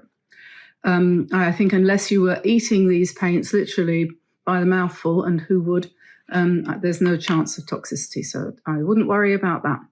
I'm also going to use P.H. Martin's Bleed Proof White, and I'm going to use a little bit of quinacridone gold. This is a very cheap one from the Ukraine. I don't know if you can get it anymore, made by Rosa. I think you can. I think they're selling them online, but it doesn't matter what one you use, or you could use burnt sienna, any colour like that. Or any other colour, come to that. You don't have to do what I do. And mostly I'm going to use lemon yellow to start with. That's this colour here. Lemon yellow comes in all sets. You'll always find a lemon yellow or a cold yellow somewhere in your set of paints. Okay, so let's get started, shall we? I've written my notes here so that I can remember what to do. It's always a good idea to do that if you want to do something more than once, to make a note of what you're doing as you go along, if you see what I mean. Oh, I've got a little spritz bottle here, which I'm going to use in the process, and a pencil. That's useful. And as far as brushes go, any brush will do, any brush at all, as long as it's got something of a point, because you're going to want to get into the pointy bits there. So I don't know whether it's necessary for me to put a tracing of this online. I think probably not. The way I would do this kind of star, I'm just going to sit down. Let's make sure there's no cat on my chair. The way I would do this star is probably, if you're going to do it properly, probably a good idea is to measure and use a ruler. So that's about 6 inches. So I'm just going to do a line about 6 inches long down the middle. And the width, it's very uneven what I've done, is about 4 inches. And I would say that was probably about that far down. So we'll put that on there. And then basically you kind of divide those two sections like that. So it's very rough. That just gives you the rough structure.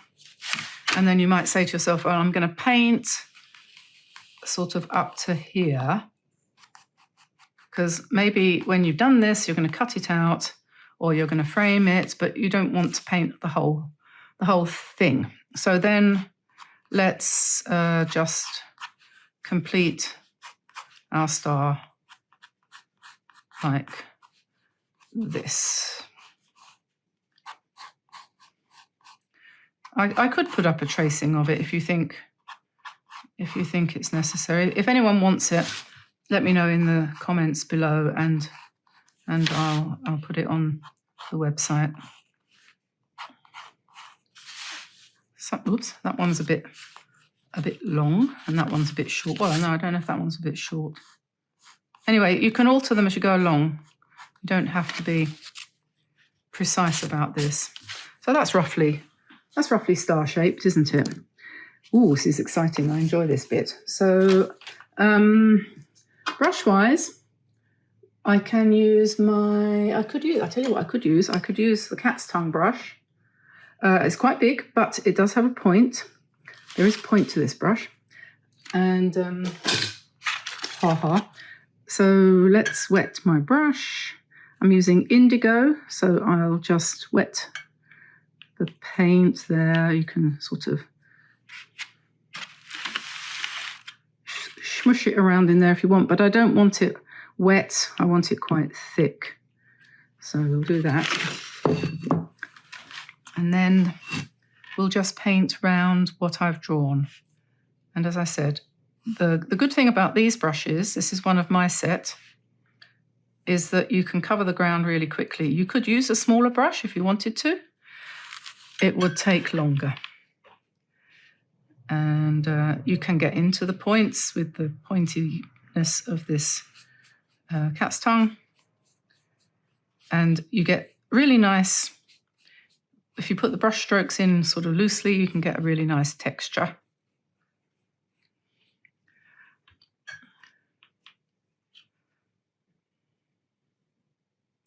And some variety of depth of tone and so on and so forth.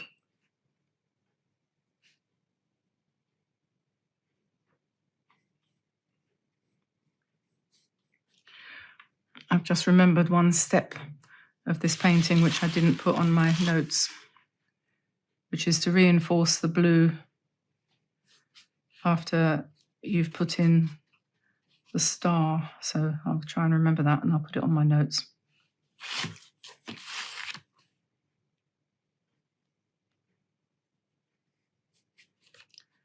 Oh, good news about the pig. Very, very, very good news. No, they haven't eaten him. He hasn't been put out of his misery. But I mean, that probably will be his eventual fate, unfortunately, unless, well, I don't know. We'll see. Maybe not. But anyway, for the time being, you remember I told you the other day that the poor pig, and if you looked at my my Facebook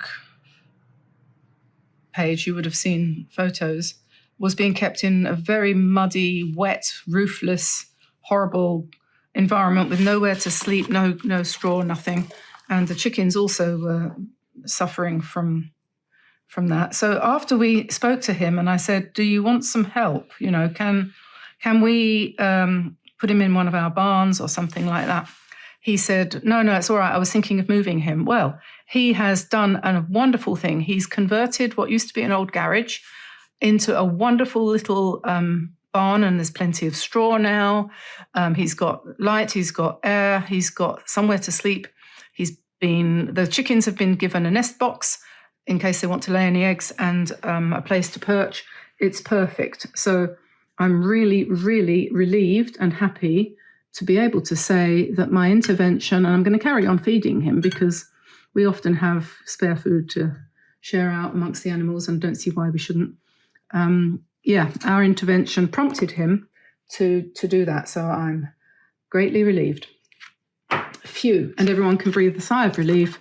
The piggy is happy now. He's completely safe and sound. Okay, so the star now, I'm going to paint. Oh, I should dry that. Hang on a second, because if I put yellow next to this, I'll end up with green, and we don't really want that. So I'm going to just turn you off while I dry it with the hairdryer. I'm going to use the number 14 to put my lemon yellow in now, and we'll see how that goes. Of course, you can use any brush you want, whatever you feel comfortable with, but this does cover the ground a little bit quicker than a smaller brush, and we're not worried about going over the edges because this is going to be what you could call a rustic star. Could call it that if you wanted to. So it doesn't matter. In fact, if anything, it's a good thing to go over the edges a little bit. Not sure what that is. So let's just get the first coat in.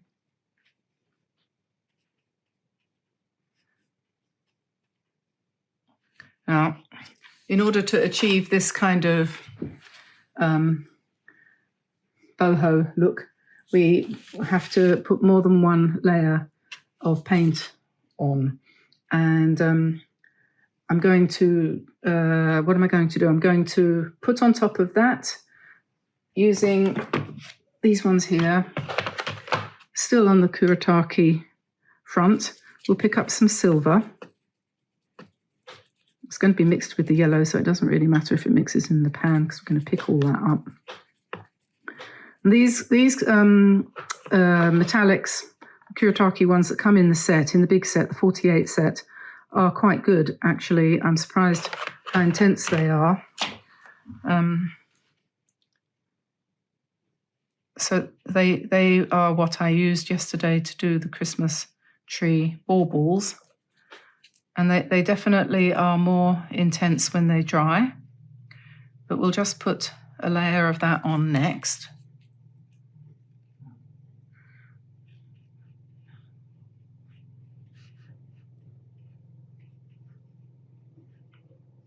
Tamsin's just started up the little tractor and the lawn trailer. We're trying to start to clear up the broken trees, the branches need cutting and getting rid of from the storm. It's been a month, nearly a month. And now I'm going to put white on top of this. So we've had yellow, we've had silver, now we're going to have white. And at this point you can alter the shape of your star a little bit if you want, because this P.H. Martin's white is opaque, pretty opaque.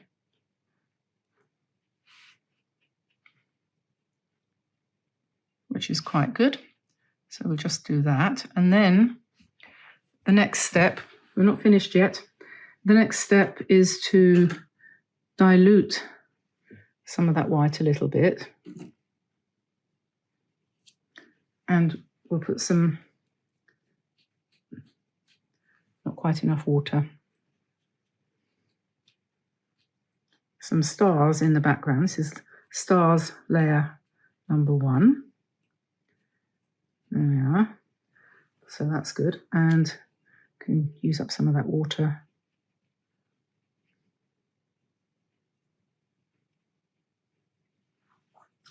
Okie dokie. So that's that step done.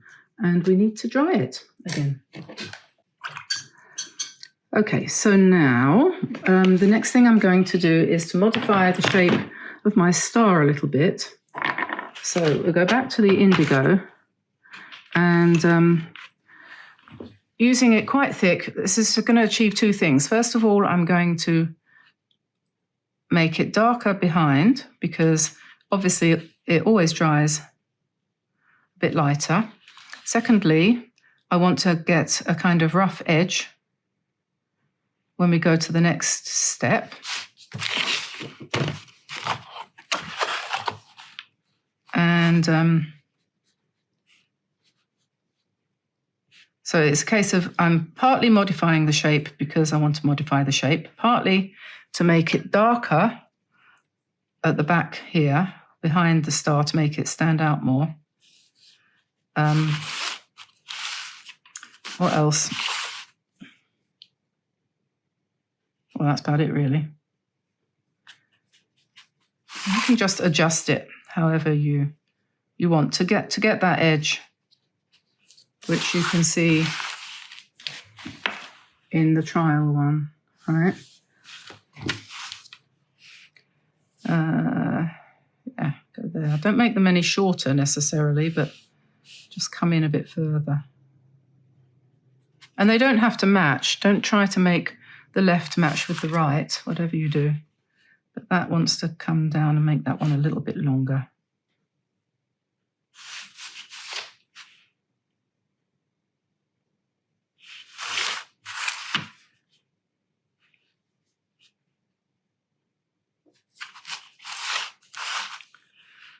There we are.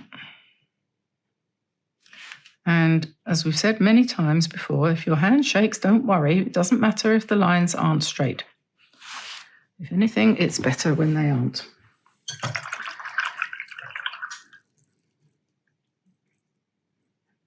Forgot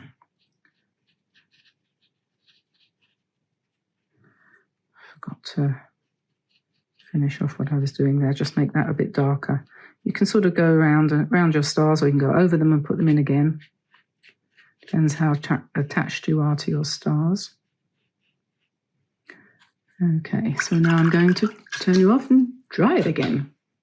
Okay, so the next colour to go on is going to be some of this quinacridone gold. This is a funny quinacridone, actually, because it's kind of quite opaque. Whoops. Picked up a dog hair from somewhere. It's quite opaque. So it goes over the top of everything quite well. It will pick up a bit of what's underneath, but that's good. And you can go over your blue a little bit. That will also add character. And it doesn't matter if it's not 100% geometrically perfect, because we're not into that. We are into expressive art. So there we are. That's the quinacridone gold on top now. And then we'll just pick up some more white and pop that in on top again. And you'll see why we're doing all these layers in a minute. I hope.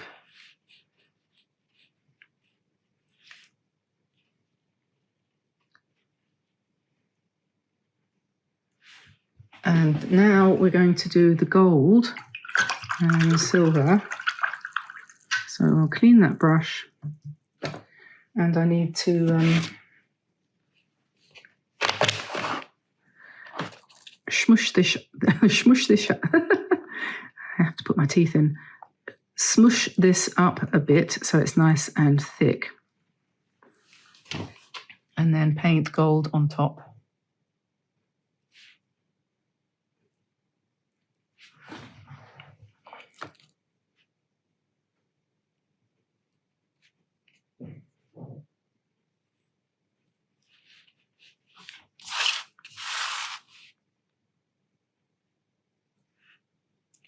Then once we've done the gold on top here, we're going to paint some stars in the background. Just pop it in, leave it kind of rough, like that.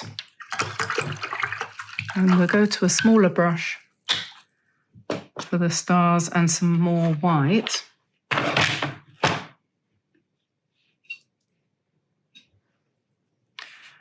And we'll just put in some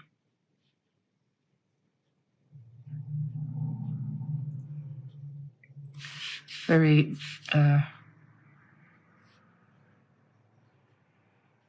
random stars. Oops.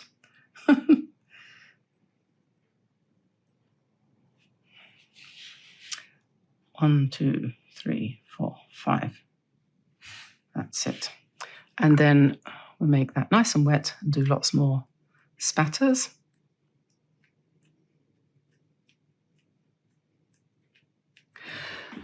Right.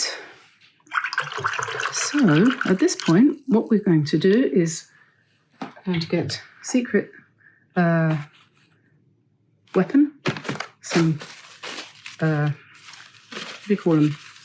Facial tissues, for blowing your nose on.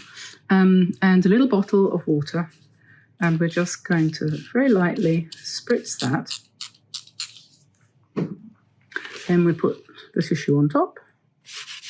And basically what we're doing here is pulling a print, because we're going to rub that over lightly, lift it up, and quite a lot of paint comes off. You could probably let that dry and use it for collage. We'll do it again.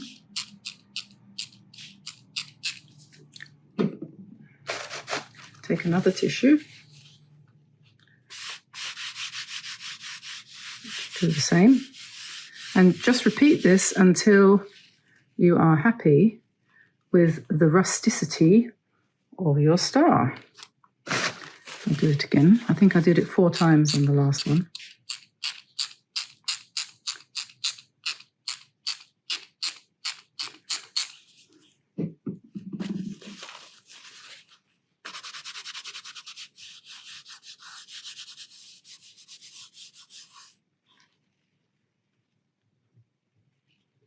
There we are, we're getting there.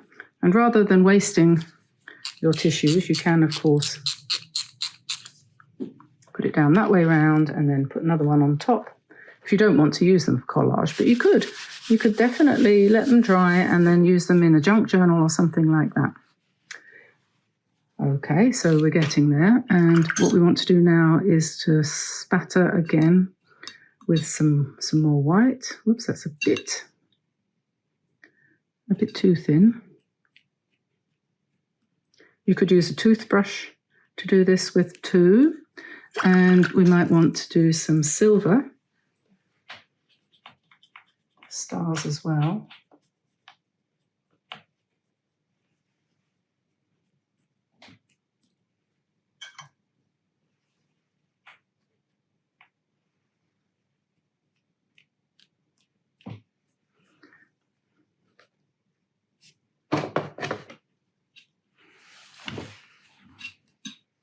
My little white stars here need to be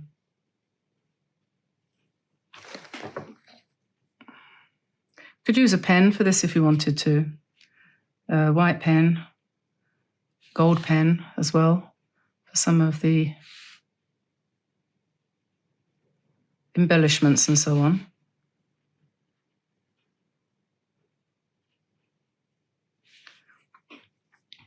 And then I think, again, just a bit of tidying up.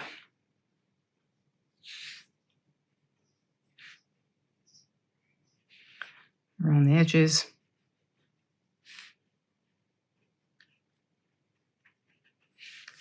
And then we'll put the hairdryer on it and let it dry. You might want to, you could put some dark spatter on as well if you want to really go crazy with the texture. And of course, nothing to stop you from doing whatever you like as far as coming in, if you want to, with a brush and adding to the effect. So, you know, you could put some shadows in and so on to give it more three-dimensionality if you wanted to. So, and you could even, I suppose, if you want to, do one final blot.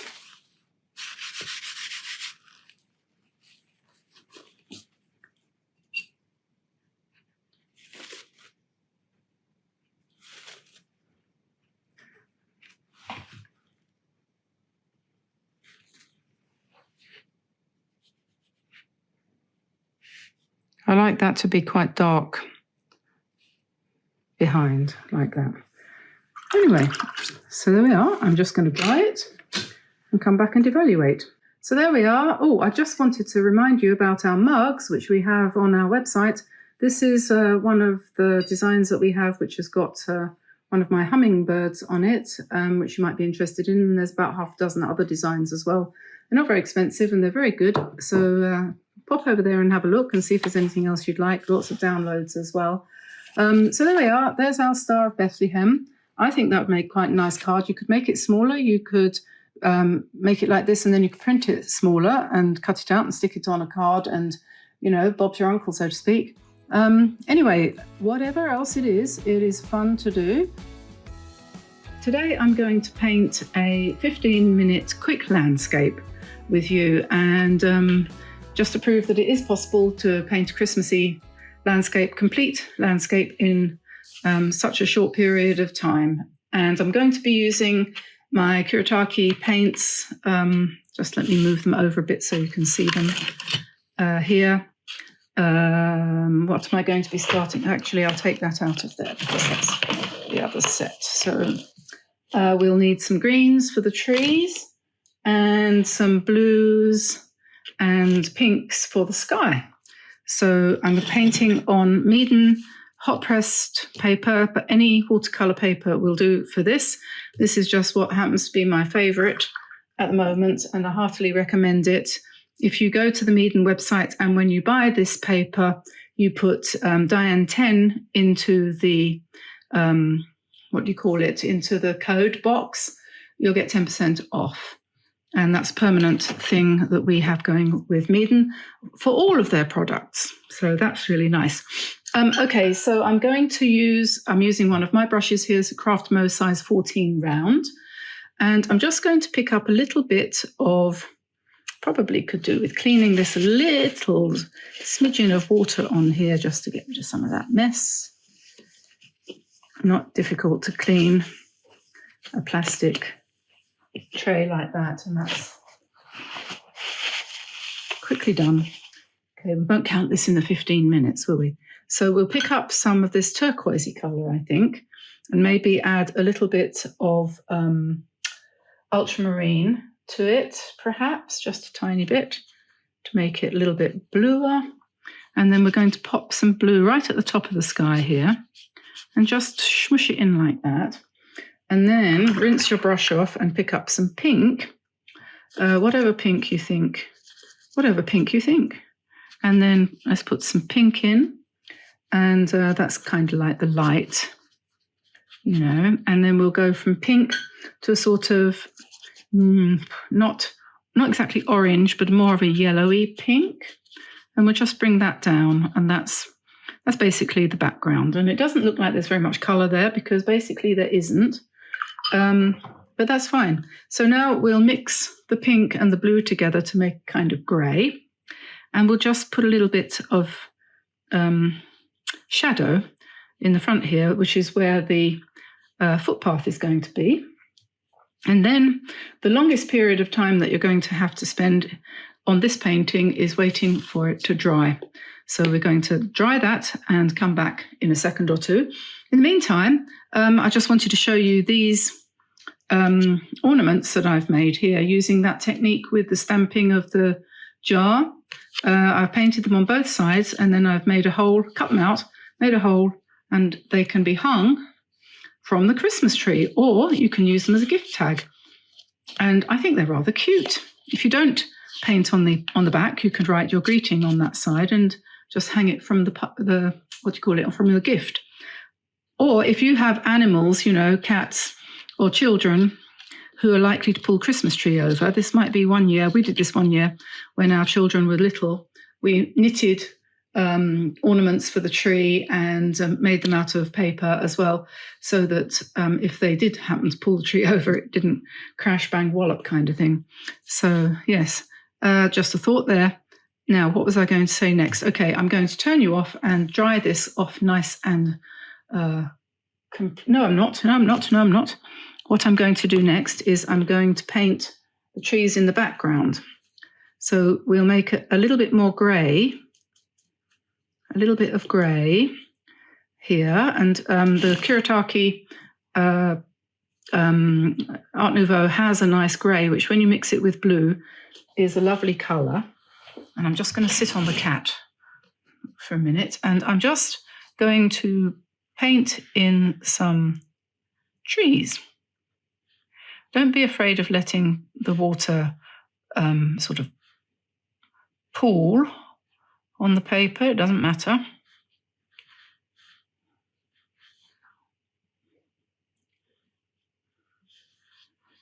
And we'll just put some distant trees in here and let them sort of, run a little bit.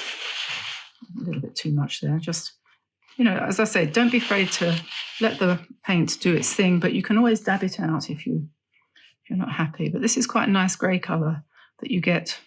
And you just want it sort of misty in the distance, you know. So we just do that, and we're not going to take too much time over it because, you know, we've got a deadline here. I'm going to put a little bit more of that colour in the front here there's a path, you see, going into the distance. And I'll take that up a little bit further just because. And then over here, I don't need to dry it because, funnily enough, this paper dries really quite quickly. I'm going to paint the tree, So we'll mix a little bit of light green. And so I'm going to start off just growing the tree down with this light green, and then add a little bit more darker green as we go down. And this is where your personality can shine through and your tree becomes yours, you know. And then we want some darker green, so I'm going to go to Forrest Gump and grey him down a little bit, because this is meant to be a misty grey kind of thing. So we just drop in some darker shadows, willy-nilly, ad hoc, like that. And we're going to let that, you know, smush. Clean my brush. You notice I'm only using one brush, the size 14, doesn't have to be a small brush. And then I'm going to take the grey again and add a little bit of burnt sienna to it to make it into a soft brown. And then we'll put a few fence posts in here. And just then perhaps go back to green and just put some, you know, grasses and things growing out the bottom of the fence posts. And then we can do the wire. We can just do that by scratching in. So if I get myself a dip pen or a stick would do. A little stick, maybe one which I've sharpened a bit more. Yeah, so I think this will work. There we go. A nice fine line. You couldn't really do better than that. You really couldn't actually do much better than that. And we can put another couple in the distance there. That's okay, isn't it? And our grasses we can sort of do this with too.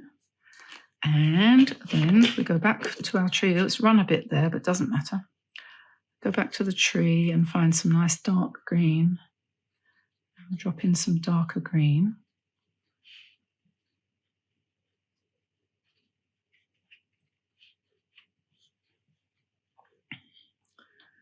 And I don't know what I'm going to put here. Oh, I do know what I'm going to put there. I'm going to put in some berries. So we'll pick up some red, some nice bright red, and we'll make that a little bit darker with a tiny bit of black. Not that much black. Yes. So we're going to put some berries in here.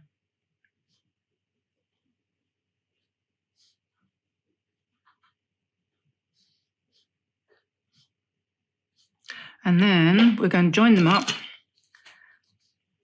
using a pen.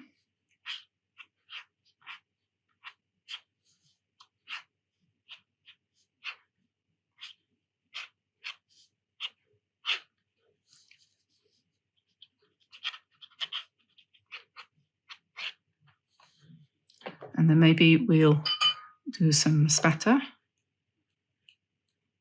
to make it a little bit more, what's the word, loose, like that, perhaps. And then I'm going to go to white, and I'll use a slightly smaller brush for the white just to be more economical. And we'll put some nice, thick white paint on the tree. And now we have to wait for it to dry and we can come back and do the final details. So I'm going to pick up some nice dark green now and just come back to my tree and improve the shape by adding some darks, sort of willy-nilly, ad hoc. More down towards the bottom.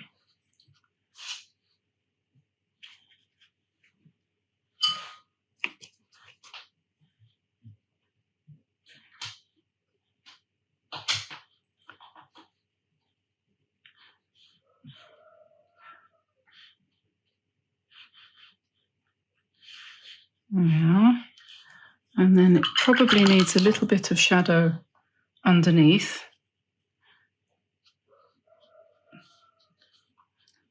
And then we need a little bit over here, shadow. Maybe add a little bit more here too. And then probably, I think, to give it a little bit of life, we probably want a few birds in the sky. We have a lot of starlings at the moment, and they're flocking in, doing their thing, something like that. And we can add a little bit of sharpening up to the posts using our Kuretake pen, if we want to, just a little bit. And a few more bits of grass here. I think probably use paintbrush for that. And just a bit more here. Make it look a bit more complete. Just perhaps a little bit more in the background so it doesn't look completely unconnected, but not too much. And then we'll come back to the snow.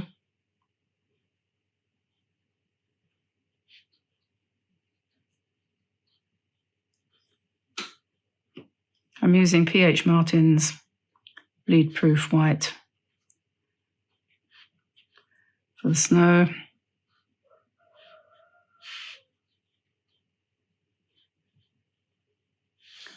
Okay, and a bit of snow on top of these. But the whole thing looks pretty snowy, I think. Just soften that line up a little bit there. A bit more snow here. La-di-da-di-da. And I think that's about it, really. Yeah. Okay, I don't know how long that took. I'm going to check the time in a minute. But I don't think it was much more than 15 minutes. So there we are, a landscape in 15 minutes for a card. Today we're going to paint this cute little snowman. And hopefully he'll only take you about a quarter of an hour to do. So I'm going to do this on a piece of Meaden rough watercolor paper. This is 5x7, but really any paper will do. You'll just get slightly different texture if you use the rough paper. And I'm going to use the resist technique using a candle. You can use a tea light or even a white wax crayon. Anything would do. I'm going to use a couple of Poetique watercolor pens. They're brush pens. We'll also quickly use very slightly a black marker, doesn't matter what it is. So yes, I'm going to probably use the dark blue, the red and the orange Poetiques, and I'm going to use a big brush to do the background and a smaller brush. A big brush would be this mop brush from our Craftermo set, and a smaller brush could be the small number 4 from the Craftermo, number 9, or any other round brush that you happen to have. Excuse me, and a little bit of Dr. Martin's bleed proof white for the snow, or any other white paint that you have lurking around. So I've drawn a very, very light, very rough outline here of where I want the snowman to be. But then I'm just going to literally, as hard as I can, fill that in pretty much as completely as possible. You don't have to do this, but I felt it would give me a freeing up experience, if you like, that would mean I would be happy to come in next with my big brush, a fair amount of water, and quite a lot of ultramarine, and just literally, I use that word too often, don't I? Literally pick up lots of ultramarine. You could use cobalt blue, you could use cerulean, you could use anything. And then the whole point of it is you go over the whole snowman, because that will give him some body, if you see what I mean. And then we'll drop in a little bit more ultramarine in the top corner there. And then we'll let that run and dry. Just rinse my brush quickly. when you've had a painting session, you come to the end, you might want to remember to give your brushes a good thorough wash. Now just grab a piece of kitchen towel and just dab over the body lightly, like dot, dot, dot, dot, dot, dot, dot.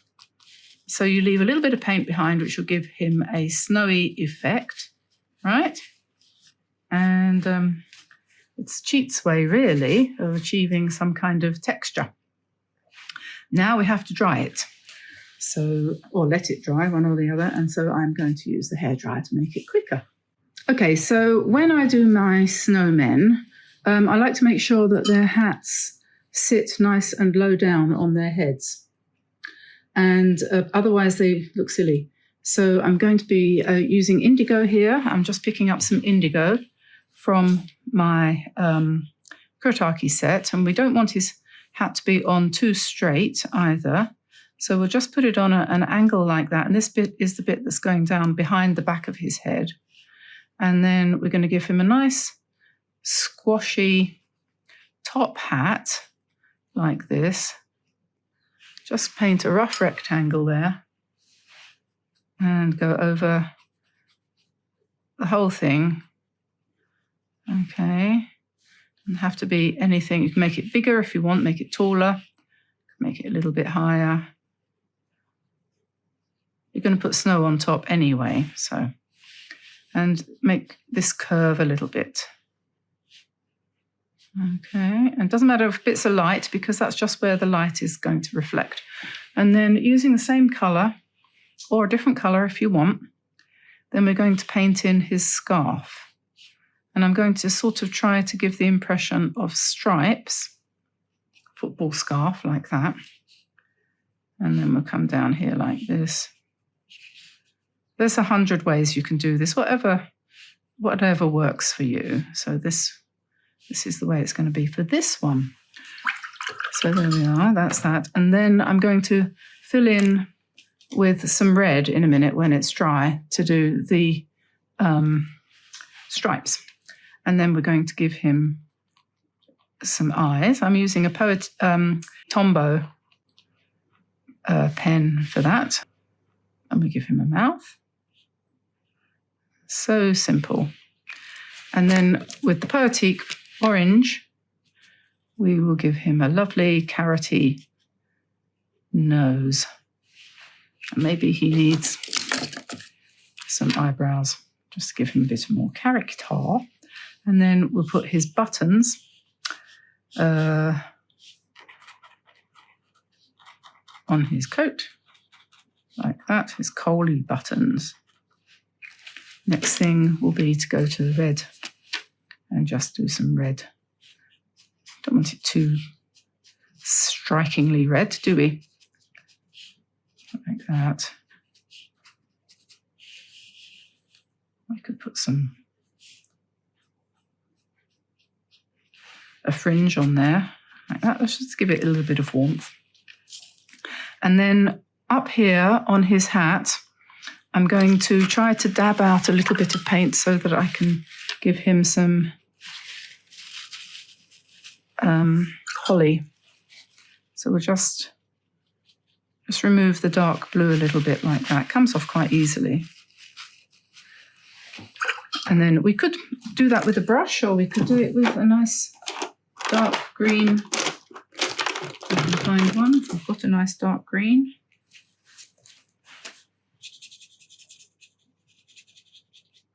That'll probably do. If you get the 96 set of brush pens, oh, that's a bit too dark. You'll have a colour for everything.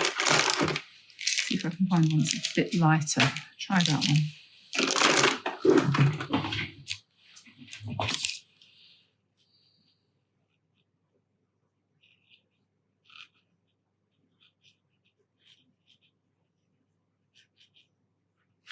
There we are. And then we will, where's my red gone? Here we are. Put some red berries.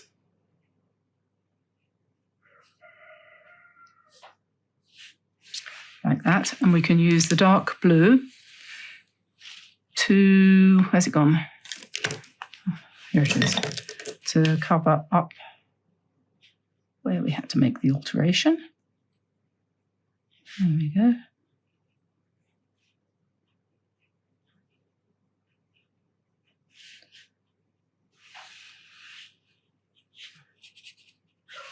Make that a little bit darker if you want a bit more shadow on his hat.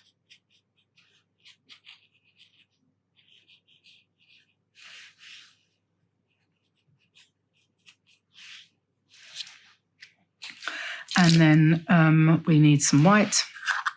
And this is where we're going to do some spatter. Pick up some white and dilute it a bit so that we can just very easily just spatter some snow and then use it a bit thicker to put on the top of his hat because he's been standing around a long time. He's accumulated some snow on his hat. So there we are. Ah, he's looking quite happy, isn't he? I think he probably sometimes need to adjust their smile a little bit. I think make him smile a bit more, perhaps. He's looking a little bit anxious. That'll do. Maybe a bit more snow. So, there we are. One snowman, two snowmen, two Christmas cards. I should probably put a bit more blue on there, but this one's turned out pretty well. And yeah, that was easy, wasn't it? And quick. Today I'm going to have a go at painting this, which is something I did this a little while ago, a month or so, when I was planning all of these quick Christmas cards. And I've been meaning to paint this one for ages, and I haven't got round to it. So today is the day. So let's hope it turns out. So I'll put that over here so I can copy what I did before. I'm going to use the Kuretake set as usual. And this one, I don't know quite why, but I decided to paint it in shades of green. I think the Kuretake set is particularly strong in that area of colours. So I started with this pastel green, which I think was this colour here, and then kind of just sort of changed it up as I went down. Oh, God, it's so cold today. What brush am I going to use? Well, I'm carrying on using our Craftamo collaboration brushes. I think probably a number 9 round would probably do for this. And yeah, so let's just jump right in there and, you know, do what everyone says. Let's leap into the chasm of creativity. I've drawn it out already, just a rough line, just to save time. So I will put the sketch of this one on the website so that you'll be able to refer to it or copy it, trace it, or whatever. So I'm going to put some of this turquoisey colour in here, and then I'm just going to sort of drag it down a little bit, let it run a little bit like that and sort of loose. And then any other colour can come next. I can't remember exactly which ones I used when I painted it before, but I'm not trying to be realistic here. Oh, gosh, my nose is running, it's so cold. I'm just putting it in whatever comes to hand. And I'm going to do the wing a bit lighter. So we'll go for a kind of yellowy tone there, and just letting the whole thing just run. This is good practice for wet in wet. And so then maybe we'll put, what green next? Maybe, I don't know, this one perhaps. Whatever floats the appropriate boat. I'll put that down here. This one's going to be a little bit different from the other one, which is a good thing. And his tail can be in this colour. And a little bit darker so that when we come in with our white, we can make it stand out. It'll stand out a little bit. So, but we don't want it too dark, do we? No, we don't want it too dark. So there we are. That's the bird. And then I'm going to do some leaves. And I'm going to turn the palette round so I can get to the browns and the pinks. If you've got the Kuretake Art Nouveau set, you could use that for the pink, because that's pretty strong on pink. But if you haven't, then you might need to stick with this one.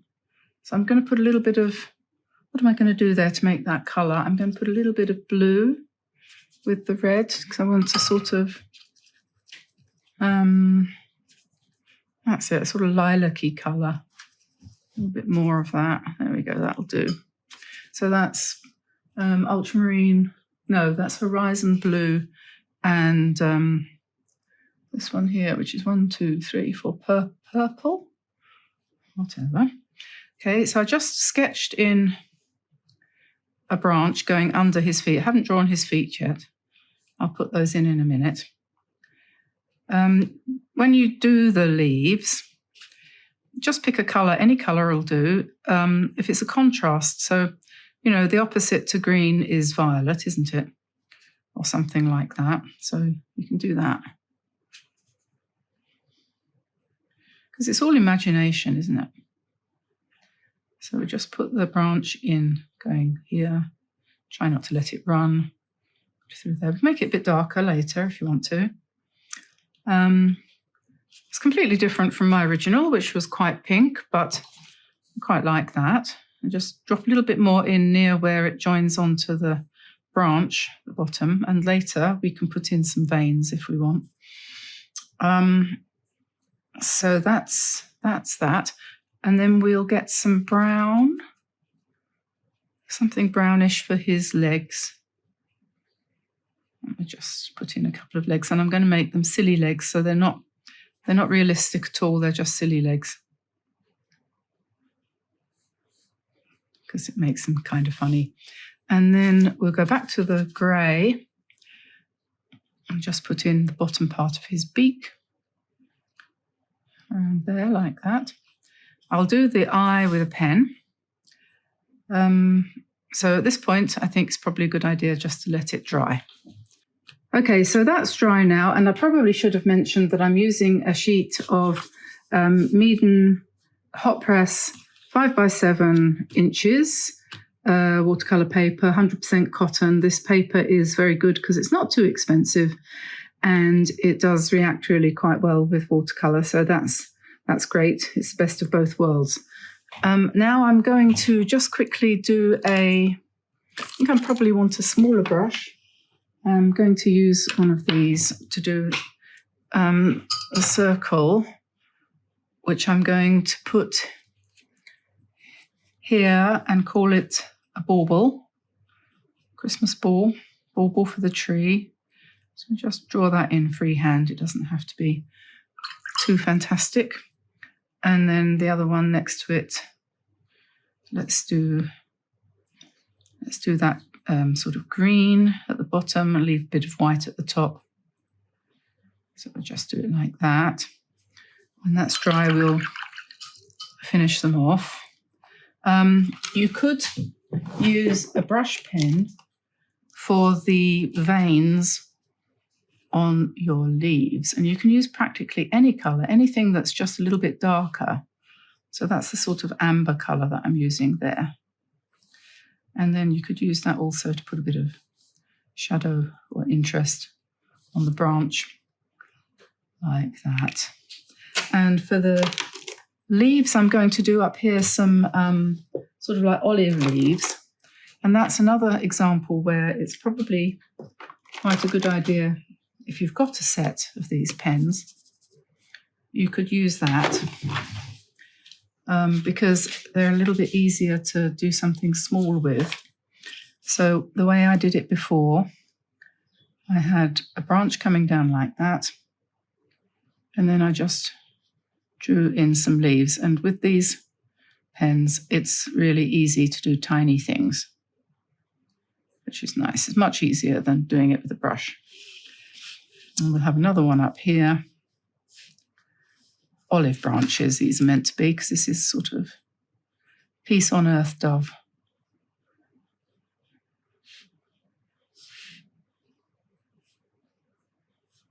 But you could put holly here, or mistletoe, or any seasonal plant. So that's that. And on the original one, I had more space, so I had another one down here. So I'll just put another one in there.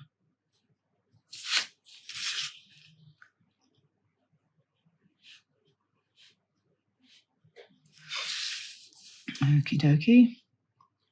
And you could use that brush also to kind of embellish a little bit if you wanted to. Straighten up some of the lines if you felt you needed to. His wing comes round here. So you can do that if you want. Don't have to. Then let me see what comes next.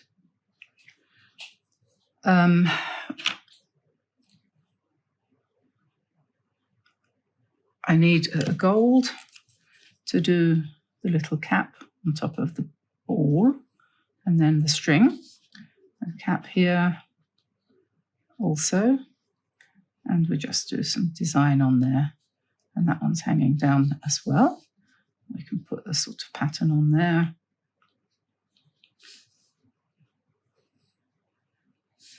Okie dokie. You could colour that in if you wanted to, but it could look like snow like that. And then I think I need to do the eye of the bird. So I'll put that in here. Leave a little bit of white near the top. And you can embellish his beak, make it a little bit more, and a bit darker. Use a pencil or something like that. And then he has kind of eyebrow going like that, something really delicate. Then we are going to take, if I can find one, a white pen. Hopefully this will work.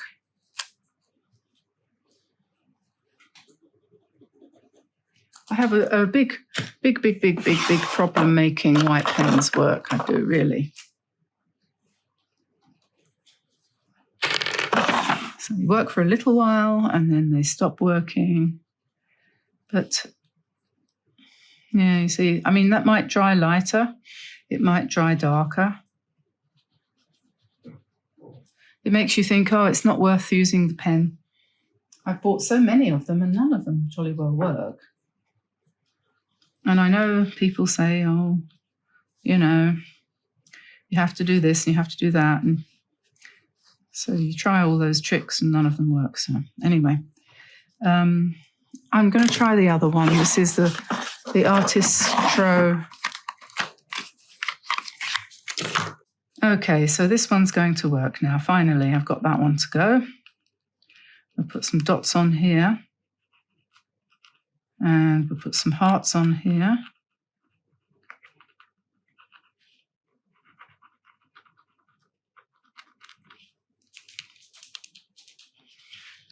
And maybe we'll put,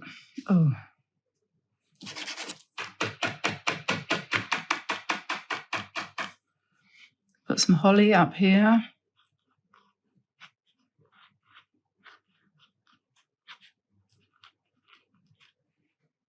Okay, and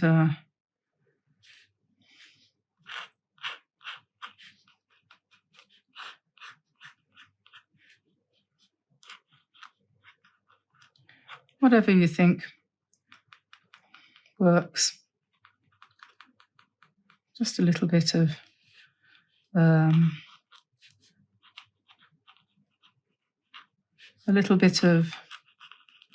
fun.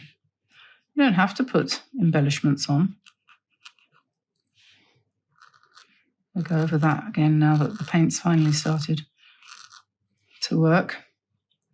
That's it. That's better. Put some more berries up here. Of course, if you made it darker, the bird, then the white would show up more. but I quite like it like that. I'll do the flower a bit whiter. Okay, I think that's probably okay. And let's take our gold pen and see if we can manage to write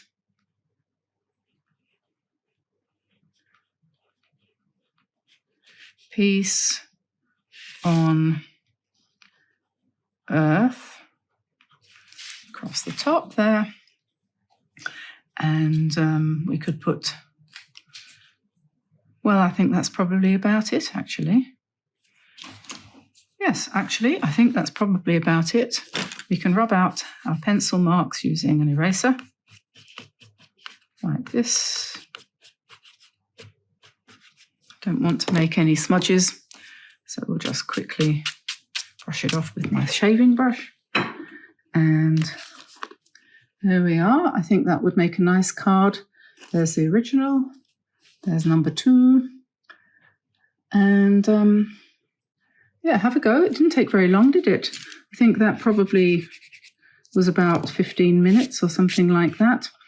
And as you know, you can take this off of here and stick it onto a card. You could make photocopies of any of your designs and turn them into lovely cards. So, peace on earth, goodwill to men, and may the God of hope fill you with all joy and peace. You never know your luck. Today we're going to paint a quick Christmas tree because we started off with a Christmas tree and I think we probably should end with a Christmas tree. So this is a very simple Christmas tree and painted in an original kind of way, because I do like to offer you unusual and different ways of doing things.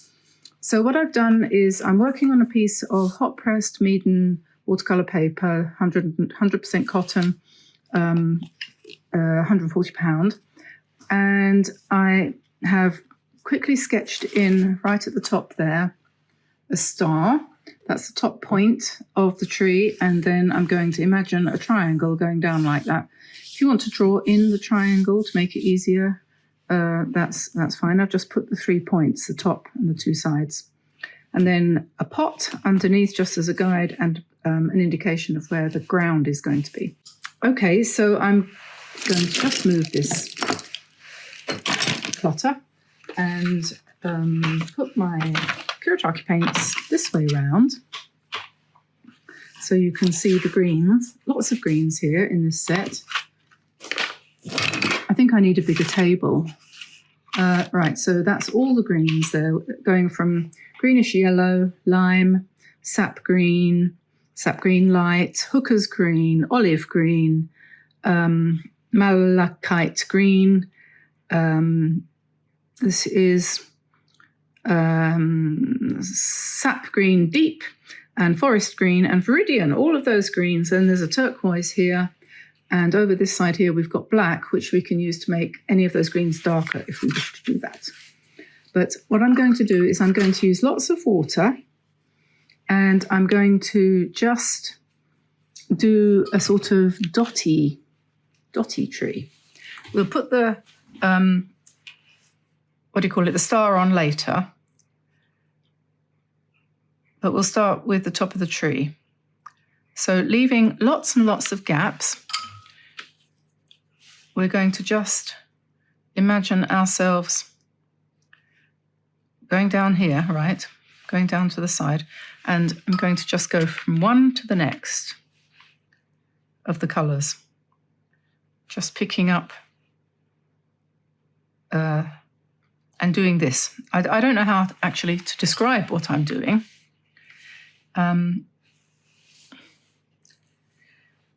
How would you describe that? I'm putting lots of water on the brush, picking up quite a bit of pigment, letting it be really loose, and then just putting blobs, which I'm then connecting to each other. And the reason for this is I want the colours to be varied as we go down. I want to leave lots of spaces for the decorations and so on. Whoops. And we're coming down to the darker colours now because we're getting towards the bottom. I won't use the malachite because that's a little bit different from all the rest. And you can do this as tidily or as loosely as you want. You might want to make this line a little bit curved if you want to have some indication of perspective, but it's not obligatory to do that, but I think I've done that there. And then, so we just let that do its thing. I'm not going to fiddle with it. If you can fiddle with it if you want, if you're not happy with what you've achieved. I wouldn't bother. And then I'm going to pick up some brown, and I'm just going to do the top of the pot like that in dark brown. And then clean my brush and then pick up some yellow ochre. And then I'm just going to put that in for the pot. It could be red, you could do any colour. And then just drag that down like that to give me a nice variegated pot. And you could do it in red, but I thought I would do it like that and then put a gold ribbon round it. As you can see, I've gone a bit lopsided, gone a bit too far that way. So it's got a very big pot. We're not worried about anything looking strange, are we? Put a bit more brown in there and let it dry a little bit, and then we'll come back and do the next step. That was fun. Okay, so now the next bit, which is to do the star. I'm going to paint the star in gold. And I've got here a set of Etchalab gold paints, which I think is about $30 or $39 or something like that from their website. And it's nice because it's got lots of different shades of gold and bronze and so on. So all sorts of different options there, and they're pretty opaque, so they work well. And so I'm just going to draw in the star like that. And then using the same paints, I shall paint in some baubles on the tree. I'm not quite sure which colour of this I'm going to use. Probably not, I don't know, maybe that. Perhaps a few in that dark colour. It'll probably dry lighter. And then some more in the lighter gold. This is a matter of making it up as you go along, really. This one's going to be a little bit different from my model, my first one. But that always happens, you know. You can't do anything the same twice. And anyway, why would you want to? So I might put a few red ones on too, as well.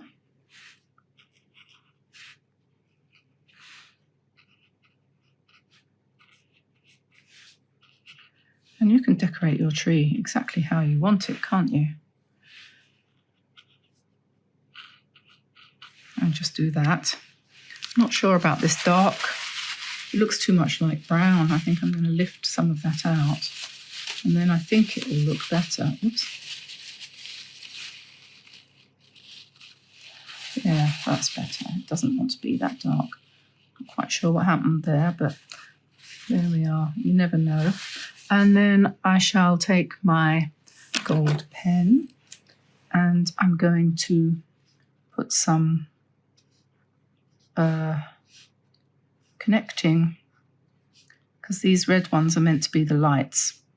So now we have some, you know, I might have to put a few more red ones in. So we just go however, whoever, whatever. A few more reds, perhaps.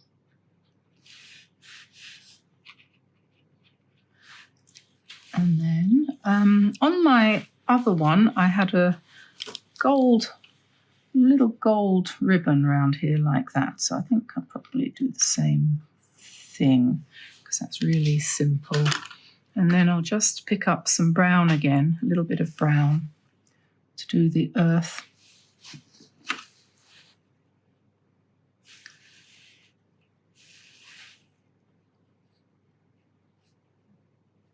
On top of the pot.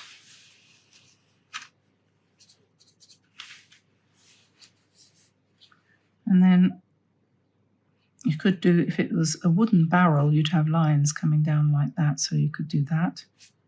And then we'll stand it on the ground like that. And if you wanted to, you could put some Christmas packages, couldn't you? You could do some nice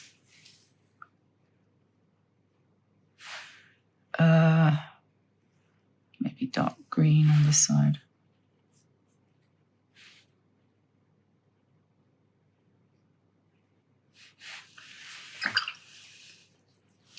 And maybe dark red, little one here. Try not to let it run.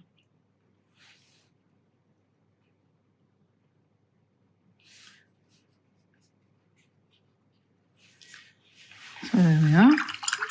One Christmas tree and a couple of parcels. And that was a very quick and easy one. You could go over the star as well with your pen if you wanted to make it a little bit more definite. And you can go round your baubles if you want to, the same thing, if you want to make them a little bit more definite. You do all sorts of things, but that's just a really neat way of doing a tree just quickly like that. So there's the original. And there's my today's version. And as you can see, they always come out differently. This one's a bit more liberated. This one's a little bit more constrained. Thanks for watching and for painting along with me. I do hope you enjoyed relaxing with these seasonal ideas and that you're feeling inspired and creative now. And to keep the ball rolling, we have 4 more Christmas deep dives for you to explore right here on YouTube. Don't forget to like, subscribe and leave comments on all our videos, and come back often. It's always great to have you here. So happy painting this festive season, and I'll see you again soon.